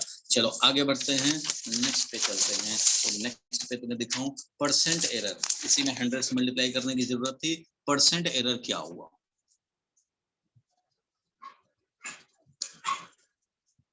अभी आ जाएगा, ब्लर आ रहा है शायद। यस सर, बहुत ज्यादा ब्लर है। हाँ कोई बात नहीं, वो तुरंत ठीक हो जाएगा, कोई बात नहीं है भाई। हाँ ठीक है, तो ठीक यस हो सर, अब गया। ठीक है। देखो, the relative error expressed in percent, कैसे कैसे एक्सप्रेस करेंगे? By multiplying relative error with 100 is called percent error. Relative error जो भी आया है उसको एक्सप्रेस करें परसेंट में, वो तो 1 में था, परसेंट में एक्सप्रेस करें तो उसको हम लोग परसेंट एरर बोलते हैं। उसको हम लोग क्या बोलते हैं? परसेंट एरर बोलते हैं। तो परसेंट एरर का फॉर्मूला हो गया, ये देख रहे हो, रिलेटिव एरर यानी कि फ्रैक्शनल एरर बोले multiplied by 100%। Fractional error multiplied by 100, जो कि हम लोगों ने अभी देखा ही था। और हम लोगों के एग्जाम्पल में क्या था भाई? तो 0.012 था, ये मीन एब्सोल्यूट एरर। ओरिजिनल था, ये ओरिजिनल था 2.00 ओरिजिनल था, मल्टीप्लाइड बाय 100 किया था तो ये मिला था हमें 0.0, कितना हो गया था ये? 0.006 और ये 0.6 मिला था। इतना परसेंट मिला था अपने वाले एग्जाम्पल में। परसेंटेज एरर इन लेंथ ऐसे हम लोग एक्सप्रेस करते हैं, fractional error multiplied by 100%, this is called percentage error. Symbolically ऐसे रिप्रेजेंट, अगर ए होता तो ऐसे लिखते percent A is equal to this. तो ए तो कोई भी मेजर क्वांटिटी है, लेंथ है तो लेंथ लिखोगे, टाइम है तो टाइम लिखोगे, जिसका होगा उसके हिसाब से लिखेंगे। तो परसेंट एरर क्लियर हो गया, फॉर्मूला भी और मीनिंग भी। मीनिंग वाइज मैंने लिखवा ही दिया था पहले भी, और यही है कि value of error when original is 100, when original were 100, when original is 100। ठीक है, समझ गए यहाँ तक? Fractional error multiplied by 100। चलो अब जरा देखा जाए, बिल्कुल माइंड में सेट हो जाना चाहिए, ट्रू वैल्यू या ओरिजिनल वैल्यू किसको कहते हैं? नेक्स्ट, ट्रू वैल्यू और ओरिजिनल वैल्यू किसको कहते हैं? ट्रू वैल्यू, तो ये तो अब तक तुम्हें क्लियर हो चुका कि ट्रू वैल्यू या ओरिजिनल वैल्यू एग्जैक्ट तो पता नहीं है, भगवान को पता है, बट हम लोग इंसान रीडिंग्स ले ले करके और ट्रू वैल्यू और ओरिजिनल वैल्यू हम लोग सपोज कर लेते हैं, क्योंकि बड़े सारे रीडिंग लेने के बाद जब मीन वैल्यू निकालते हैं तो that is suppose to be most close to the original one. तो ये समझ लेते हैं। तो मीन और average of all the readings, mean और average of all the readings is taken as true और original value for the measured quantity. ठीक है, ये मैंने लिख के रख दिया है आपके लिए कि आप लिखना चाहें तो फटाफट लिख भी सकते हैं, या तो मैं इसका फोटो तो भेजूंगा ही आपको। तो ये क्लियर है, ये सब एनसीईआरटी के अकॉर्डिंगली मैंने लिख दिया ताकि आपके डेफिनेशन में कोई एरर ना रहे। ठीक है, it is considered to be the most close to original value of the quantity. Considered to be most close, close ही समझ सकते हैं, एग्जैक्ट तो पता ही नहीं है। और ट्रू वैल्यू कैसे निकालते हैं? तो mean of all the reading, mean of all the reading. तो यही मैं लिख रहा हूं भाई, mean of all the reading, तुम भी चाहो तो लिख सकते हो, mean of all the readings. बोलो यहां तक ठीक है? क्लियर है भाई? बोलो बच्चों, ठीक है यहाँ तक? आगे बढ़ा जाए? चलो, एक मैं अगर तुम्हें इसी पे क्वेश्चन दे दूं तो कर लोगे? इसी पे अगर दिया जाए क्वेश्चन तो कर सकते हो? चलो एक क्वेश्चन लिखो सारे लोग, सारे लोग एक क्वेश्चन लिखेंगे। विवेक तुम्हारा क्लियर हुआ बात? तुम्हें जो डाउट था वो क्लियर हुआ या करूं पहले क्लियर उसको फिर से? एक मिनट रुक जाओ। देखो, मैंने स्टार्ट किया कि भाई यहां से शुरू किया था कि भाई एरर शुरू करने हैं हमें। तो एरर बताया मैंने कि देखो भाई, हमने लिया लेंथ और 5 लेंथ लिया, 5 बार रीडिंग लिया सेम लेंथ का। तो रीडिंग लिया तो देखा कि मीन वैल्यू आज का 2 आया, मीन वैल्यू 2 आया। और जब ज्यादा रीडिंग लेंगे तो जो आएगा उसको और ज्यादा क्लोज टू ओरिजिनल समझा जाएगा, और इसको हम लोग ट्रू वैल्यू या ओरिजिनल वैल्यू की तरह ट्रीट करेंगे। लेकिन अपने को उतना रीडिंग तो लेना है नहीं, जब कंपटीशन हो जाए तो चलो भाई बहुत सारे रीडिंग ले रहे हैं, चलो तुम्हारा ज्यादा क्लोज समझा जाएगा। बट हम लोग प्रैक्टिकली क्या करते हैं, 5-7 रीडिंग लेते हैं। 5-7 रीडिंग जो भी होते हैं उसके बेसिस पे जो मीन वैल्यू आ जाता है उसी को हम लोग ट्रू वैल्यू समझते हैं। ठीक है, तो इसको हम लोग on the basis of several reading, ठीक है, ये जो आया on the basis of several reading and taking mean we treat this value as original for calculation purpose। जितने भी कैलकुलेशन करेंगे, फ्रैक्शनल एरर निकालेंगे, परसेंटेज एरर निकालेंगे, उन सब के लिए हम लोग समझेंगे रीडिंग को ही ट्रू वैल्यू, जो मीन ऑफ रीडिंग को ट्रू वैल्यू समझेंगे। ट्रू वैल्यू क्या हुआ, ओरिजिनल वैल्यू क्या हुआ, मीन वैल्यू क्या हुआ भाई, तो ये सारे रीडिंग का मीन है। ये माइंड में बिल्कुल फिक्स हो जाना चाहिए। ठीक है, फिर हम लोगों ने क्या किया भाई, तो सारे रीडिंग्स के हमने एरर निकालने शुरू किए। सारे रीडिंग में एरर निकालने शुरू किए। फॉर्मूला तुम्हें बता ही दिया था कि कैसे निकालते हैं भाई। तो ये सारे रीडिंग थे। तो फर्स्ट रीडिंग में एरर, तो true measured value minus true value. Second में measured value minus true value. Sometimes positive error आया, समटाइम्स नेगेटिव एरर आया। डेल्टा का मतलब है चेंज, ये भी बताया था मैंने। और अगर हमारा डेल्टा एल जो एरर निकाल रहे हैं, अगर ये पॉजिटिव आया तो मतलब ज्यादा मेजर कर लिए, नेगेटिव आया तो कम मेजर कर लिए। लेकिन कब, जब measured value minus true value कर रहे हो तब। उल्टा कर दोगे तो नेगेटिव का मीनिंग अलग हो जाएगा, पॉजिटिव का फिर मीनिंग डिफरेंट हो जाएगा। ठीक है भाई। तो और साथ में मुझे याद दिलाना पड़ा कि समटाइम्स हम लोगों का कोई बुक एल नॉट यानी कि true value minus measured value भी कर देता है। तो इसमें एनसीईआरटी का खुद का ही फ्लक्चुएशन है ईयर वाइज, और इवन सिंगल बुक में भी कई बार फ्लक्चुएशन देखे गए हैं कि true value minus measured value कर देते हैं। तो एचसी वर्मा बुक वो भी स्टैंडर्ड समझा जाता है हिंदुस्तान में। एचसी वर्मा का कॉन्सेप्ट ऑफ फिजिक्स ये भी स्टैंडर्ड है पूरे हिंदुस्तान में। जिस तरह से एनसीईआरटी है वैसे ही है। एंट्रेंस वाले लोग इसको जरूर करते हैं और ये बिल्कुल बेसिक बुक है। कुछ लोग इसको डिस्करेज कर देते हैं क्योंकि खुद ही टीचर को कुछ कुछ को प्रॉब्लम होने लगता है तो डिस्करेज करते हैं। वैसे ये बुक बहुत स्टैंडर्ड है। कोई भी एंट्रेंस क्लास का प्रिपरेशन करना हो एचसी वर्मा का बुक तो करना ही चाहिए। चलो कोई बात नहीं है। तो एनसीईआरटी के अकॉर्डिंगली जो हम लोगों को रेफरेंस बना करके पढ़ना होता है 11th-12th में, तो उसके अकॉर्डिंगली भी फ्लक्चुएशंस है। इसलिए आपके जो स्कूल में कराया जाएगा वही आप करना। हम लोगों ने डिफरेंस ऑफ द रीडिंग ये इंपॉर्टेंस रखता है, पॉजिटिव नेगेटिव इंपॉर्टेंस नहीं रखता आगे के एनालिसिस में, क्योंकि रिलेटिव एरर या परसेंटेज एरर जो भी निकालेंगे उन सब में मॉड ही यूज होंगे। ठीक है, ये सब बात क्लियर किया था। फिर क्या किया था भाई, तो फिर मैंने बताया कि एरर क्या हुआ भाई, तो एरर है मेजर्ड माइनस ट्रू वैल्यू, और mean absolute error is the mean of all the errors. जितने भी एरर्स हुए उनके मॉड का मीन निकालें, और इसी का काम आता है आगे। हम लोगों के रीडिंग में वो मिल गया था भाई 0.012। इसलिए जो स्टैंडर्ड वे है रिप्रेजेंट करने का वो यही है कि ट्रू वैल्यू लिखो plus minus original plus minus mean absolute error लिखो। यही हमारा स्टैंडर्ड वे होता है रिप्रेजेंट करने का। क्लियर है। रिलेटिव एरर देखा हम लोगों ने। रिलेटिव एरर क्या है, mean absolute error minus mean absolute error divided by original is the fractional और रिलेटिव एरर। मीनिंग वाइज भी बताया मैंने। मीनिंग वाइज क्या बताया भाई कि एरर जब हमारा क्या हो, ओरिजिनल 1 हो। ओरिजिनल 1 पे जो एरर आए वो है फ्रैक्शनल और रिलेटिव एरर, और ओरिजिनल 100 पे जो आए वो है परसेंटेज। तो यहाँ पे फ्रैक्शनल एरर की बात है तो वो है पर यूनिट ओरिजिनल। 1 ओरिजिनल होने पे जो एरर है वो उसको बोलते हैं। ठीक है भाई, ये समझा हम लोगों ने। और क्या समझा भाई, तो और समझा फिर परसेंट एरर। परसेंट एरर में हम लोग क्या करते हैं भाई, तो फ्रैक्शनल एरर में ही 100 से मल्टीप्लाई कर देते हैं। और मीनिंग वाइज क्या होता है, तो value of error when original is 100, when original is 100। तो इस तरह से काम किया। ठीक है, ट्रू वैल्यू को mean of all the readings लेते हैं। अब भी किसी को डाउट है तो क्लियर कर ले भाई। अब तो किसी को डाउट नहीं होना चाहिए।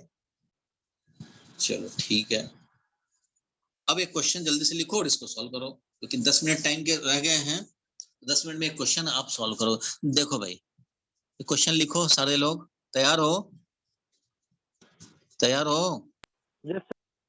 श्याम शर्मा? Yes sir. हाँ ठीक है, लिखो। Time of simple pendulum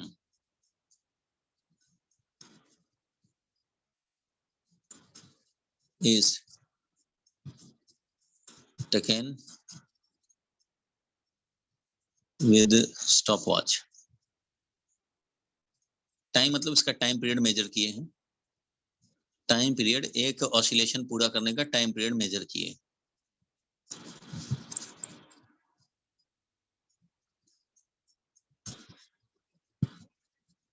readings where, readings जो लिए वो था 1.01 second, 1.02 second, 0.99 second, 0.98 second and 1.00 second. मान लो 5 रीडिंग्स हैं, ये 5 रीडिंग्स लिए गए, ठीक है भाई, ये 5 रीडिंग्स ले लिया। अब तुम्हें कैलकुलेट करने हैं, calculate relative and percent error.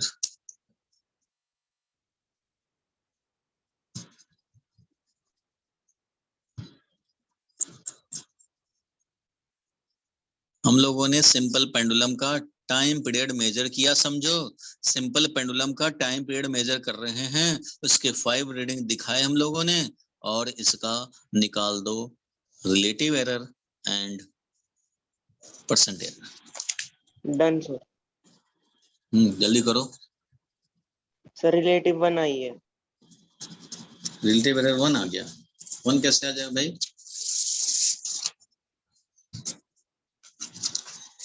करो करो, और लोग निकालेंगे तो पता लग जाएगा, निकालते रहो, रिलेटिव भी निकालो, परसेंट भी निकालो।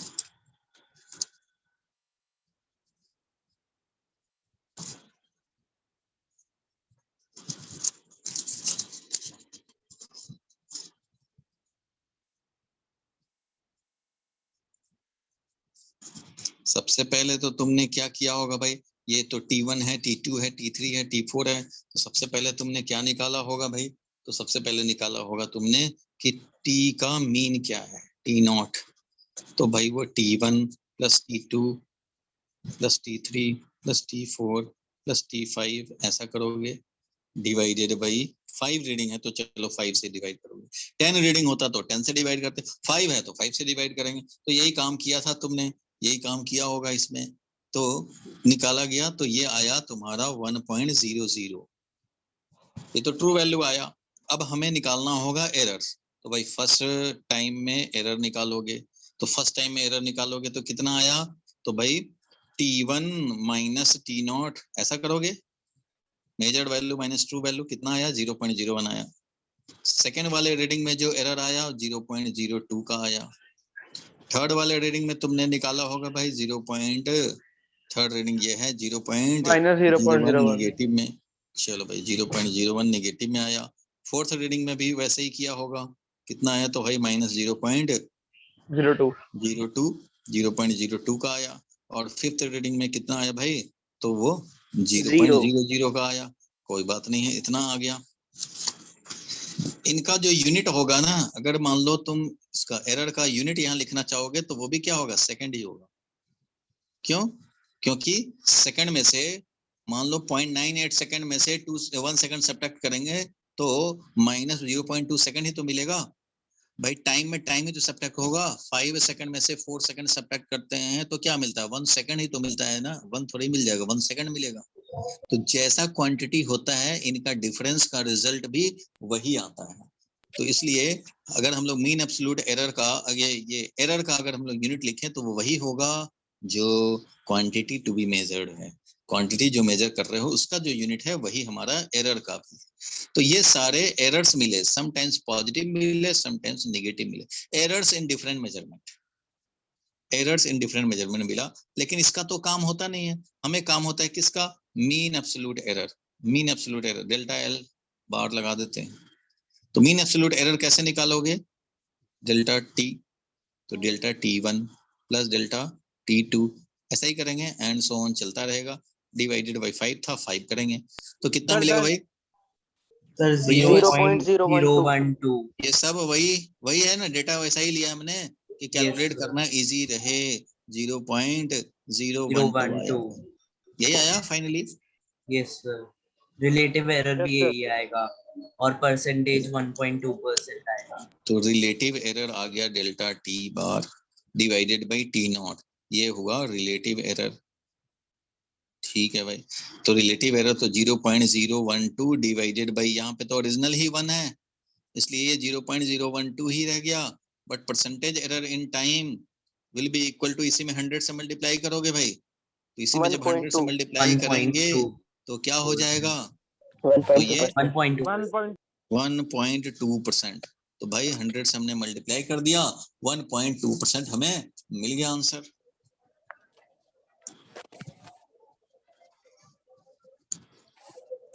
क्लियर है यहाँ तक? Yes sir. यहाँ तक क्लियर है। तो अब हम लोग थोड़ा सा आगे का इंट्रोड्यूस कर देते हैं कि अगली क्लास में हम लोग को क्या करना होगा। 3:44 मिनट्स बच गए हैं, तो मैं थोड़ा सा बता दूं कि इसके आगे का टॉपिक क्या है, वो भी जरा। बेसिक ऑफ एरर हम लोगों ने देखा, इसके बाद हम लोग को जो नेक्स्ट टॉपिक पढ़ना है वो है propagation of error.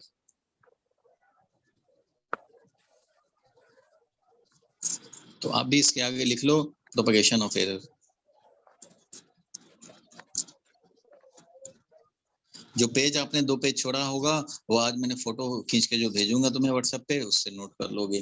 Propagation of error, propagation का मीनिंग समझते हो? Sir propagation movement. क्या होता है? प्रोपगेशन मींस ऐसा समझ सकते हो, लूज सेंस में इसको ट्रांसमिशन भी बोल सकते हैं। और सबसे अच्छा है इसका मीनिंग समझने के लिए कि light energy propagates from sun towards earth through vacuum also. Energy light के साथ प्रोपगेट करता हुआ अर्थ पे पहुंच रहा है। प्रोपगेशन ऑफ साउंड, अब जो मैं बोल रहा हूँ वो बहुत सारे टेक्नोलॉजी यूज करते हुए मोबाइल से स्पेस में, स्पेस से फिर उसको रिसीवर होता है, वो रिसीव किया, रीट्रांसमिट किया, तुम्हारे मोबाइल तक पहुंचा, उसको दिखा रहा है। तो इस तरह से इंफॉर्मेशन इज प्रोपगेटिंग, इंफॉर्मेशन या statement is propagating, propagation of sound. तो उसी तरह से प्रोपगेशन ऑफ एरर है, मींस एरर का एक जगह से दूसरे जगह पहुंच जाना। अब एक यहाँ टाउन से दूसरे टाउन में नहीं पहुंचेगा, एरर कहाँ पहुंचेगा? तो एरर एक हमने मान लो लेंथ मेजर किया, समझ लो, मीनिंग तो आज समझ ही लेते हैं कम से कम, आगे हम लोग मैथमेटिकल डील करेंगे वो अगले क्लास में हो पाएगा। कम से कम ये समझो कि हमने लेंथ ऑफ अ बोर्ड जो मेजर किया और विड्थ भी मेजर कर सकते हैं। मान लो लेंथ मेजर किया, लेंथ आया हमारा, ये आया लेंथ, बोलो ठीक है, ये लेंथ आया। विड्थ मेजर किया, ठीक है, तो विड्थ भी मेजर किया, तो इसमें भी कुछ आया भाई, मान लो ये आया 1 ± 0.012, मान लो ये आया। अब तुम बताओ percentage error in the measurement of length कितना हुआ? Percentage error in the measurement of length कितना हुआ? देखो लेंथ तो मेजर कर करके हो सकता है 5 रीडिंग या 10 रीडिंग लेकर के हमने ऐसे एक्सप्रेस किया, it means this is the mean value of all the reading and this is mean value of all absolute error. On the average ये एरर हो रहा है और एवरेज वैल्यू हमारा ये आया, ठीक है। तो परसेंटेज एरर क्या हो गया? तो 0.012 डिवाइडेड बाई 2 इंटू 100 कितना आया था? 0.6%, यही आया था, बोलो भाई। Yes sir. तो percentage error in length is 0.6%। वैसे ही percentage error in measurement of B ये कितना होगा भाई? तो ये डिवाइडेड बाई 1 या 2 था, तो ये क्या मिल जाएगा तुम्हें? 1 भाई यहाँ पे परसेंटेज एरर बताओ, यहाँ 1 में ही इतना मिस्टेक किया है तुमने, इतना एरर किया है, 100 में उससे तो डबल करोगे, कर निकाल सकते हो भाई। 0.012 डिवाइडेड बाई 1 इंटू 100, तो क्या मिलेगा तुम्हें? 1.2%। तो 1.2% का एरर है विड्थ में और 0.6% का एरर है लेंथ में। यहां तक तो क्लियर है, कोई कंफ्यूजन नहीं? ये तो है ही है, ठीक है। अब मैं ये कहूं तुम्हें कि अच्छा इस बोर्ड का एरिया बताओ। एरिया ऑफ बोर्ड प्रज्ञा कितना होगा? इस बोर्ड जिसका लेंथ बताया, विड्थ बताया, दोनों में कुछ कुछ परसेंटेज एरर आया, एरिया ऑफ द बोर्ड कितना होगा? तो एरिया कैलकुलेट करोगे तो क्या होगा भाई? तो लेंथ इनटू विड्थ होगा। एरिया का फॉर्मूला क्या है? लेंथ इनटू विड्थ है, होता है ना ये? हाँ जी। Yes sir. इसमें भी कुछ एरर है, हाँ जी। इसमें भी कुछ एरर है। यस। तुम्हें क्या लगता है कि एरर के बिना हमारा एरिया मिल जाएगा? इसमें भी कुछ तो एरर आएगा। Yes sir. जिस चीज Yes, से sir. कैलकुलेशन कर रहे हो एरर का कैलकुलेशन कर रहे हो लेंथ और विड्थ मेजर करके। अब एरिया थोड़ी मेजर होता है, मेजर तो लेंथ होता है, उससे कैलकुलेट होता है ना एरिया। हाँ तो जी। लेंथ मेजर किया, विड्थ मेजर किया, तो इतना एरर आया, इसमें एरर आया, तो क्या ये बिना एरर का हो जाएगा? एरर फ्री हो जाएगा? ऐसा तो नहीं हो No, सकता। sir. जिस चीज पे डिपेंडेंट है वही एरर वाला है, तो यहाँ भी एरर होगा। तो ये एरर प्रोपगेट करके देखो, मेजर तो हमने इसको किया था, इसको किया था, जो भी हमने एरर किया, मिस्टेक किया, वो इसमें किया, इसको तो किया ही नहीं, इसका तो कैलकुलेशन इस पे बेस्ड है, तो एरर लेकिन यहाँ भी तो आएगा। ठीक है भाई, चलो इस बोर्ड को पेंट कराना है, तो कॉस्ट ऑफ पेंटिंग कितना होगा भाई? तो area multiplied by rate of painting. तो रेट ऑफ पेंटिंग जो आता है, पेंटिंग करने वाला बोलेगा कि भाई पर स्क्वायर फुट इतना लेंगे, पर स्क्वायर फुट ये हमारा चार्ज है पेंटिंग करने का। तो तुम तो भाई एरिया जो कैलकुलेट किया हो, एरिया मान लो रूम का एरिया कैलकुलेट किया या बोर्ड का एरिया कैलकुलेट, मल्टीप्लाइड बाई इसका रेट, इससे तुम कॉस्ट निकालोगे कितना हमारा भाई खर्च होगा। तो एरिया में ही तो एरर है, तो क्या तुम्हारा कॉस्ट में एरर नहीं आएगा? Yes sir. आएगा सर। तुमने लेंथ मेजर किया, इसमें एरर किया, लेकिन तुम्हारा जो मेजरमेंट में एरर आया है वो एरर सिर्फ लेंथ और विड्थ तक ही लिमिटेड नहीं है, वो एरर का इफेक्ट एरिया पे भी आएगा, उसका इफेक्ट तुम्हारे कॉस्ट पे भी आएगा, और उसका इफेक्ट तुम्हारा overall budget of the renovation पे भी आएगा। मान लो रेनोवेट कर रहे हैं घर, तो उसमें रेनोवेशन में जो भी हमारा बजट हमने फिक्स किया है, करना चाहते हैं, तो बजट हमारा आया मान लो कि 1,03,400 एंड कुछ आया, मान लो इस तरह से मान लो कुछ भी वैल्यू आया, तो भाई जो इसके बेसिस पे, इस पे जो डिपेंडेंट है, मतलब बजट जो कॉस्ट पे डिपेंडेंट है, बहुत सारी चीजों का कॉस्ट लिया गया हुआ, इसका कॉस्ट, इसका कॉस्ट, इसका कॉस्ट कितना, इसका रिपेयरिंग कॉस्ट कितना, उससे बजट हुआ। तो क्या इसमें जब एरर आया तो क्या बजट में एरर नहीं आया? बजट में भी यस आएगा। सर। अब मान लो मैं वॉल्यूम ऑफ द बोर्ड निकालूं, वॉल्यूम ऑफ बोर्ड, तो वॉल्यूम में तो एल बी और एच, एल बी और एच, क्योंकि भाई इसका हाइट भी कुछ होगा इस तरह से, कुछ विड्थ था, कुछ लेंथ था, लेंथ था ऐसे, विड्थ था ऐसे बी, और ये हाइट भी तो था, तो एलबीएच करेंगे ना वॉल्यूम, तो इसको भी मेजर किया, इसमें भी कुछ एरर आया होगा, मान लो 0.1 प्लस माइनस 0.002 ऐसे आया, तो इसमें भी कुछ एरर आया, तो भाई ये एरर वाला, ये एरर वाला, ये कुछ एरर वाला, तो क्या वॉल्यूम एरर वाला नहीं होगा? वॉल्यूम में भी प्रोपगेट कर गया। वॉल्यूम के बेसिस पे मास कैलकुलेट करेंगे, मास इज इक्वल टू, भाई चलो मान लो हमें बिस्किट बनाना है गोल्ड का, भाई इतने लेंथ का, इतने विड्थ का और इतने थिकनेस का, तो उसका वॉल्यूम निकाला उस गोल्ड का, तो वॉल्यूम में भी एरर आ गया, तो mass of gold, density of gold multiplied by जितना वॉल्यूम का बिस्किट बनाना था, तो वॉल्यूम में एरर पहुंचा हुआ है, तो क्या वो मास में, मास ऑफ द गोल्ड जो कैलकुलेट करोगे उसमें एरर नहीं आएगा? उसमें भी आएगा। फिर जो तुम कॉस्ट निकालोगे गोल्ड का, तो मास मल्टीप्लाइड बाई जो भी रेट से तुम्हें गोल्ड मिल रहा है उससे मल्टीप्लाई करोगे, तो उस कॉस्ट में भी तो एरर आएगा। तो मीनिंग समझ में आया? एरर हमारा मेजर्ड क्वांटिटी में जो होगा, बस 2 मिनट में छोड़ ही रहा हूं, टाइम होगा। एरर जो मेजर्ड क्वांटिटी में हम लोग करते हैं, that is not limited to the measured quantity only, it will propagate in other quantities also, whose calculation depends on the measured quantity, directly or indirectly, directly और indirectly. Volume का directly है measured quantity पे dependency, और इसका indirectly है, इसको तो volume की जरूरत थी, मास की जरूरत थी, तो ये इनडायरेक्टली इन पे डिपेंड करता है। ठीक है, तो एक सेंटेंस हम लोग लिख लेंगे, प्रोपगेशन ऑफ एरर का मीनिंग समझ गए। अब मैं एक सेंटेंस बस लिख दे रहा हूं, वो आप लिख लो। Error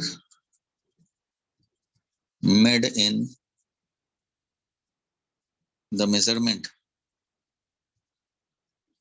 error made in the measurement of a quantity is not limited to the same quantity but it propagates in other quantities also whose calculation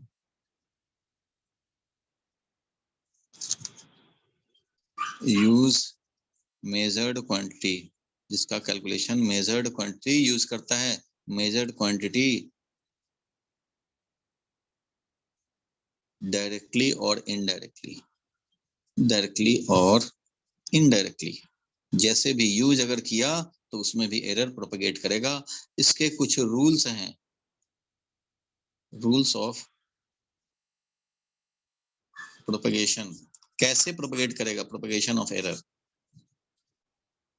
error जो प्रोपगेट करेगा तो कितना, इसमें इतना परसेंट है तो एरिया में कितना परसेंट होगा, वॉल्यूम में कितना परसेंट पहुंचेगा, ये ही हम लोगों के नेक्स्ट क्लास का टॉपिक है।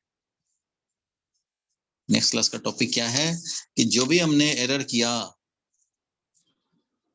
यहां तक लिख लिए तुम लोग? श्याम लिख लिए? यस सर, यस लिख लिए। तो नेक्स्ट क्लास का टॉपिक यही है कि जो हमने मिस्टेक किए 0.6% लेंथ के कैलकुलेशन में, 1.2% विड्थ के कैलकुलेशन में, तो एरिया में कितने परसेंट का एरर आया वो कैलकुलेशन करेंगे। एरिया में कितना या वॉल्यूम में कितना परसेंट का एरर आया वो कैलकुलेशन के लिए रूल हैं, मैथमेटिकली रूल हैं, उनका प्रूफ भी जानना है और इस पे न्यूमेरिकल आते हैं। समझ में आ गया नेक्स्ट क्लास का क्या टॉपिक होगा? और इसके फॉर्मूला जानेंगे और इनका कैलकुलेशन करेंगे, इसमें न्यूमेरिकल भी आएगा, होमवर्क भी मिलेगा। ठीक है, यहाँ तक सारे बच्चों को क्लियर है? तो आप होमवर्क लिख लेंगे। ये सारा तो मैं तुम्हें फोटो खींच के भेज रहा हूँ 10 मिनट में, लेकिन आप होमवर्क लिख लेंगे। एक होमवर्क लिखेंगे। होमवर्क क्या लिखेंगे भाई? तो होमवर्क में लिखो जो भी 10th का ट्रिगोनोमेट्री है, मैथ्स में मेंसुरेशन है, ट्रिगोनोमेट्री के जितने भी फॉर्मूलाज हैं, वैल्यूज हैं, साइन 30 का और ये सारे वैल्यूज, मेंसुरेशन और ज्योमेट्री के फॉर्मूलाज आप लिख करके रिवाइज करके रेडी रखें। क्योंकि आज तो मैं होमवर्क दे नहीं रहा हूं, क्योंकि आज थ्योरेटिकल बात था। नेक्स्ट क्लास में होमवर्क दे दूंगा मैं, क्योंकि न्यूमेरिकल के सॉल्व करने के लिए कॉन्सेप्ट बताए रखूंगा। तो इसलिए अभी आप क्या करेंगे, 10th के ट्रिगोनोमेट्री, मेंसुरेशन और ज्योमेट्री के फॉर्म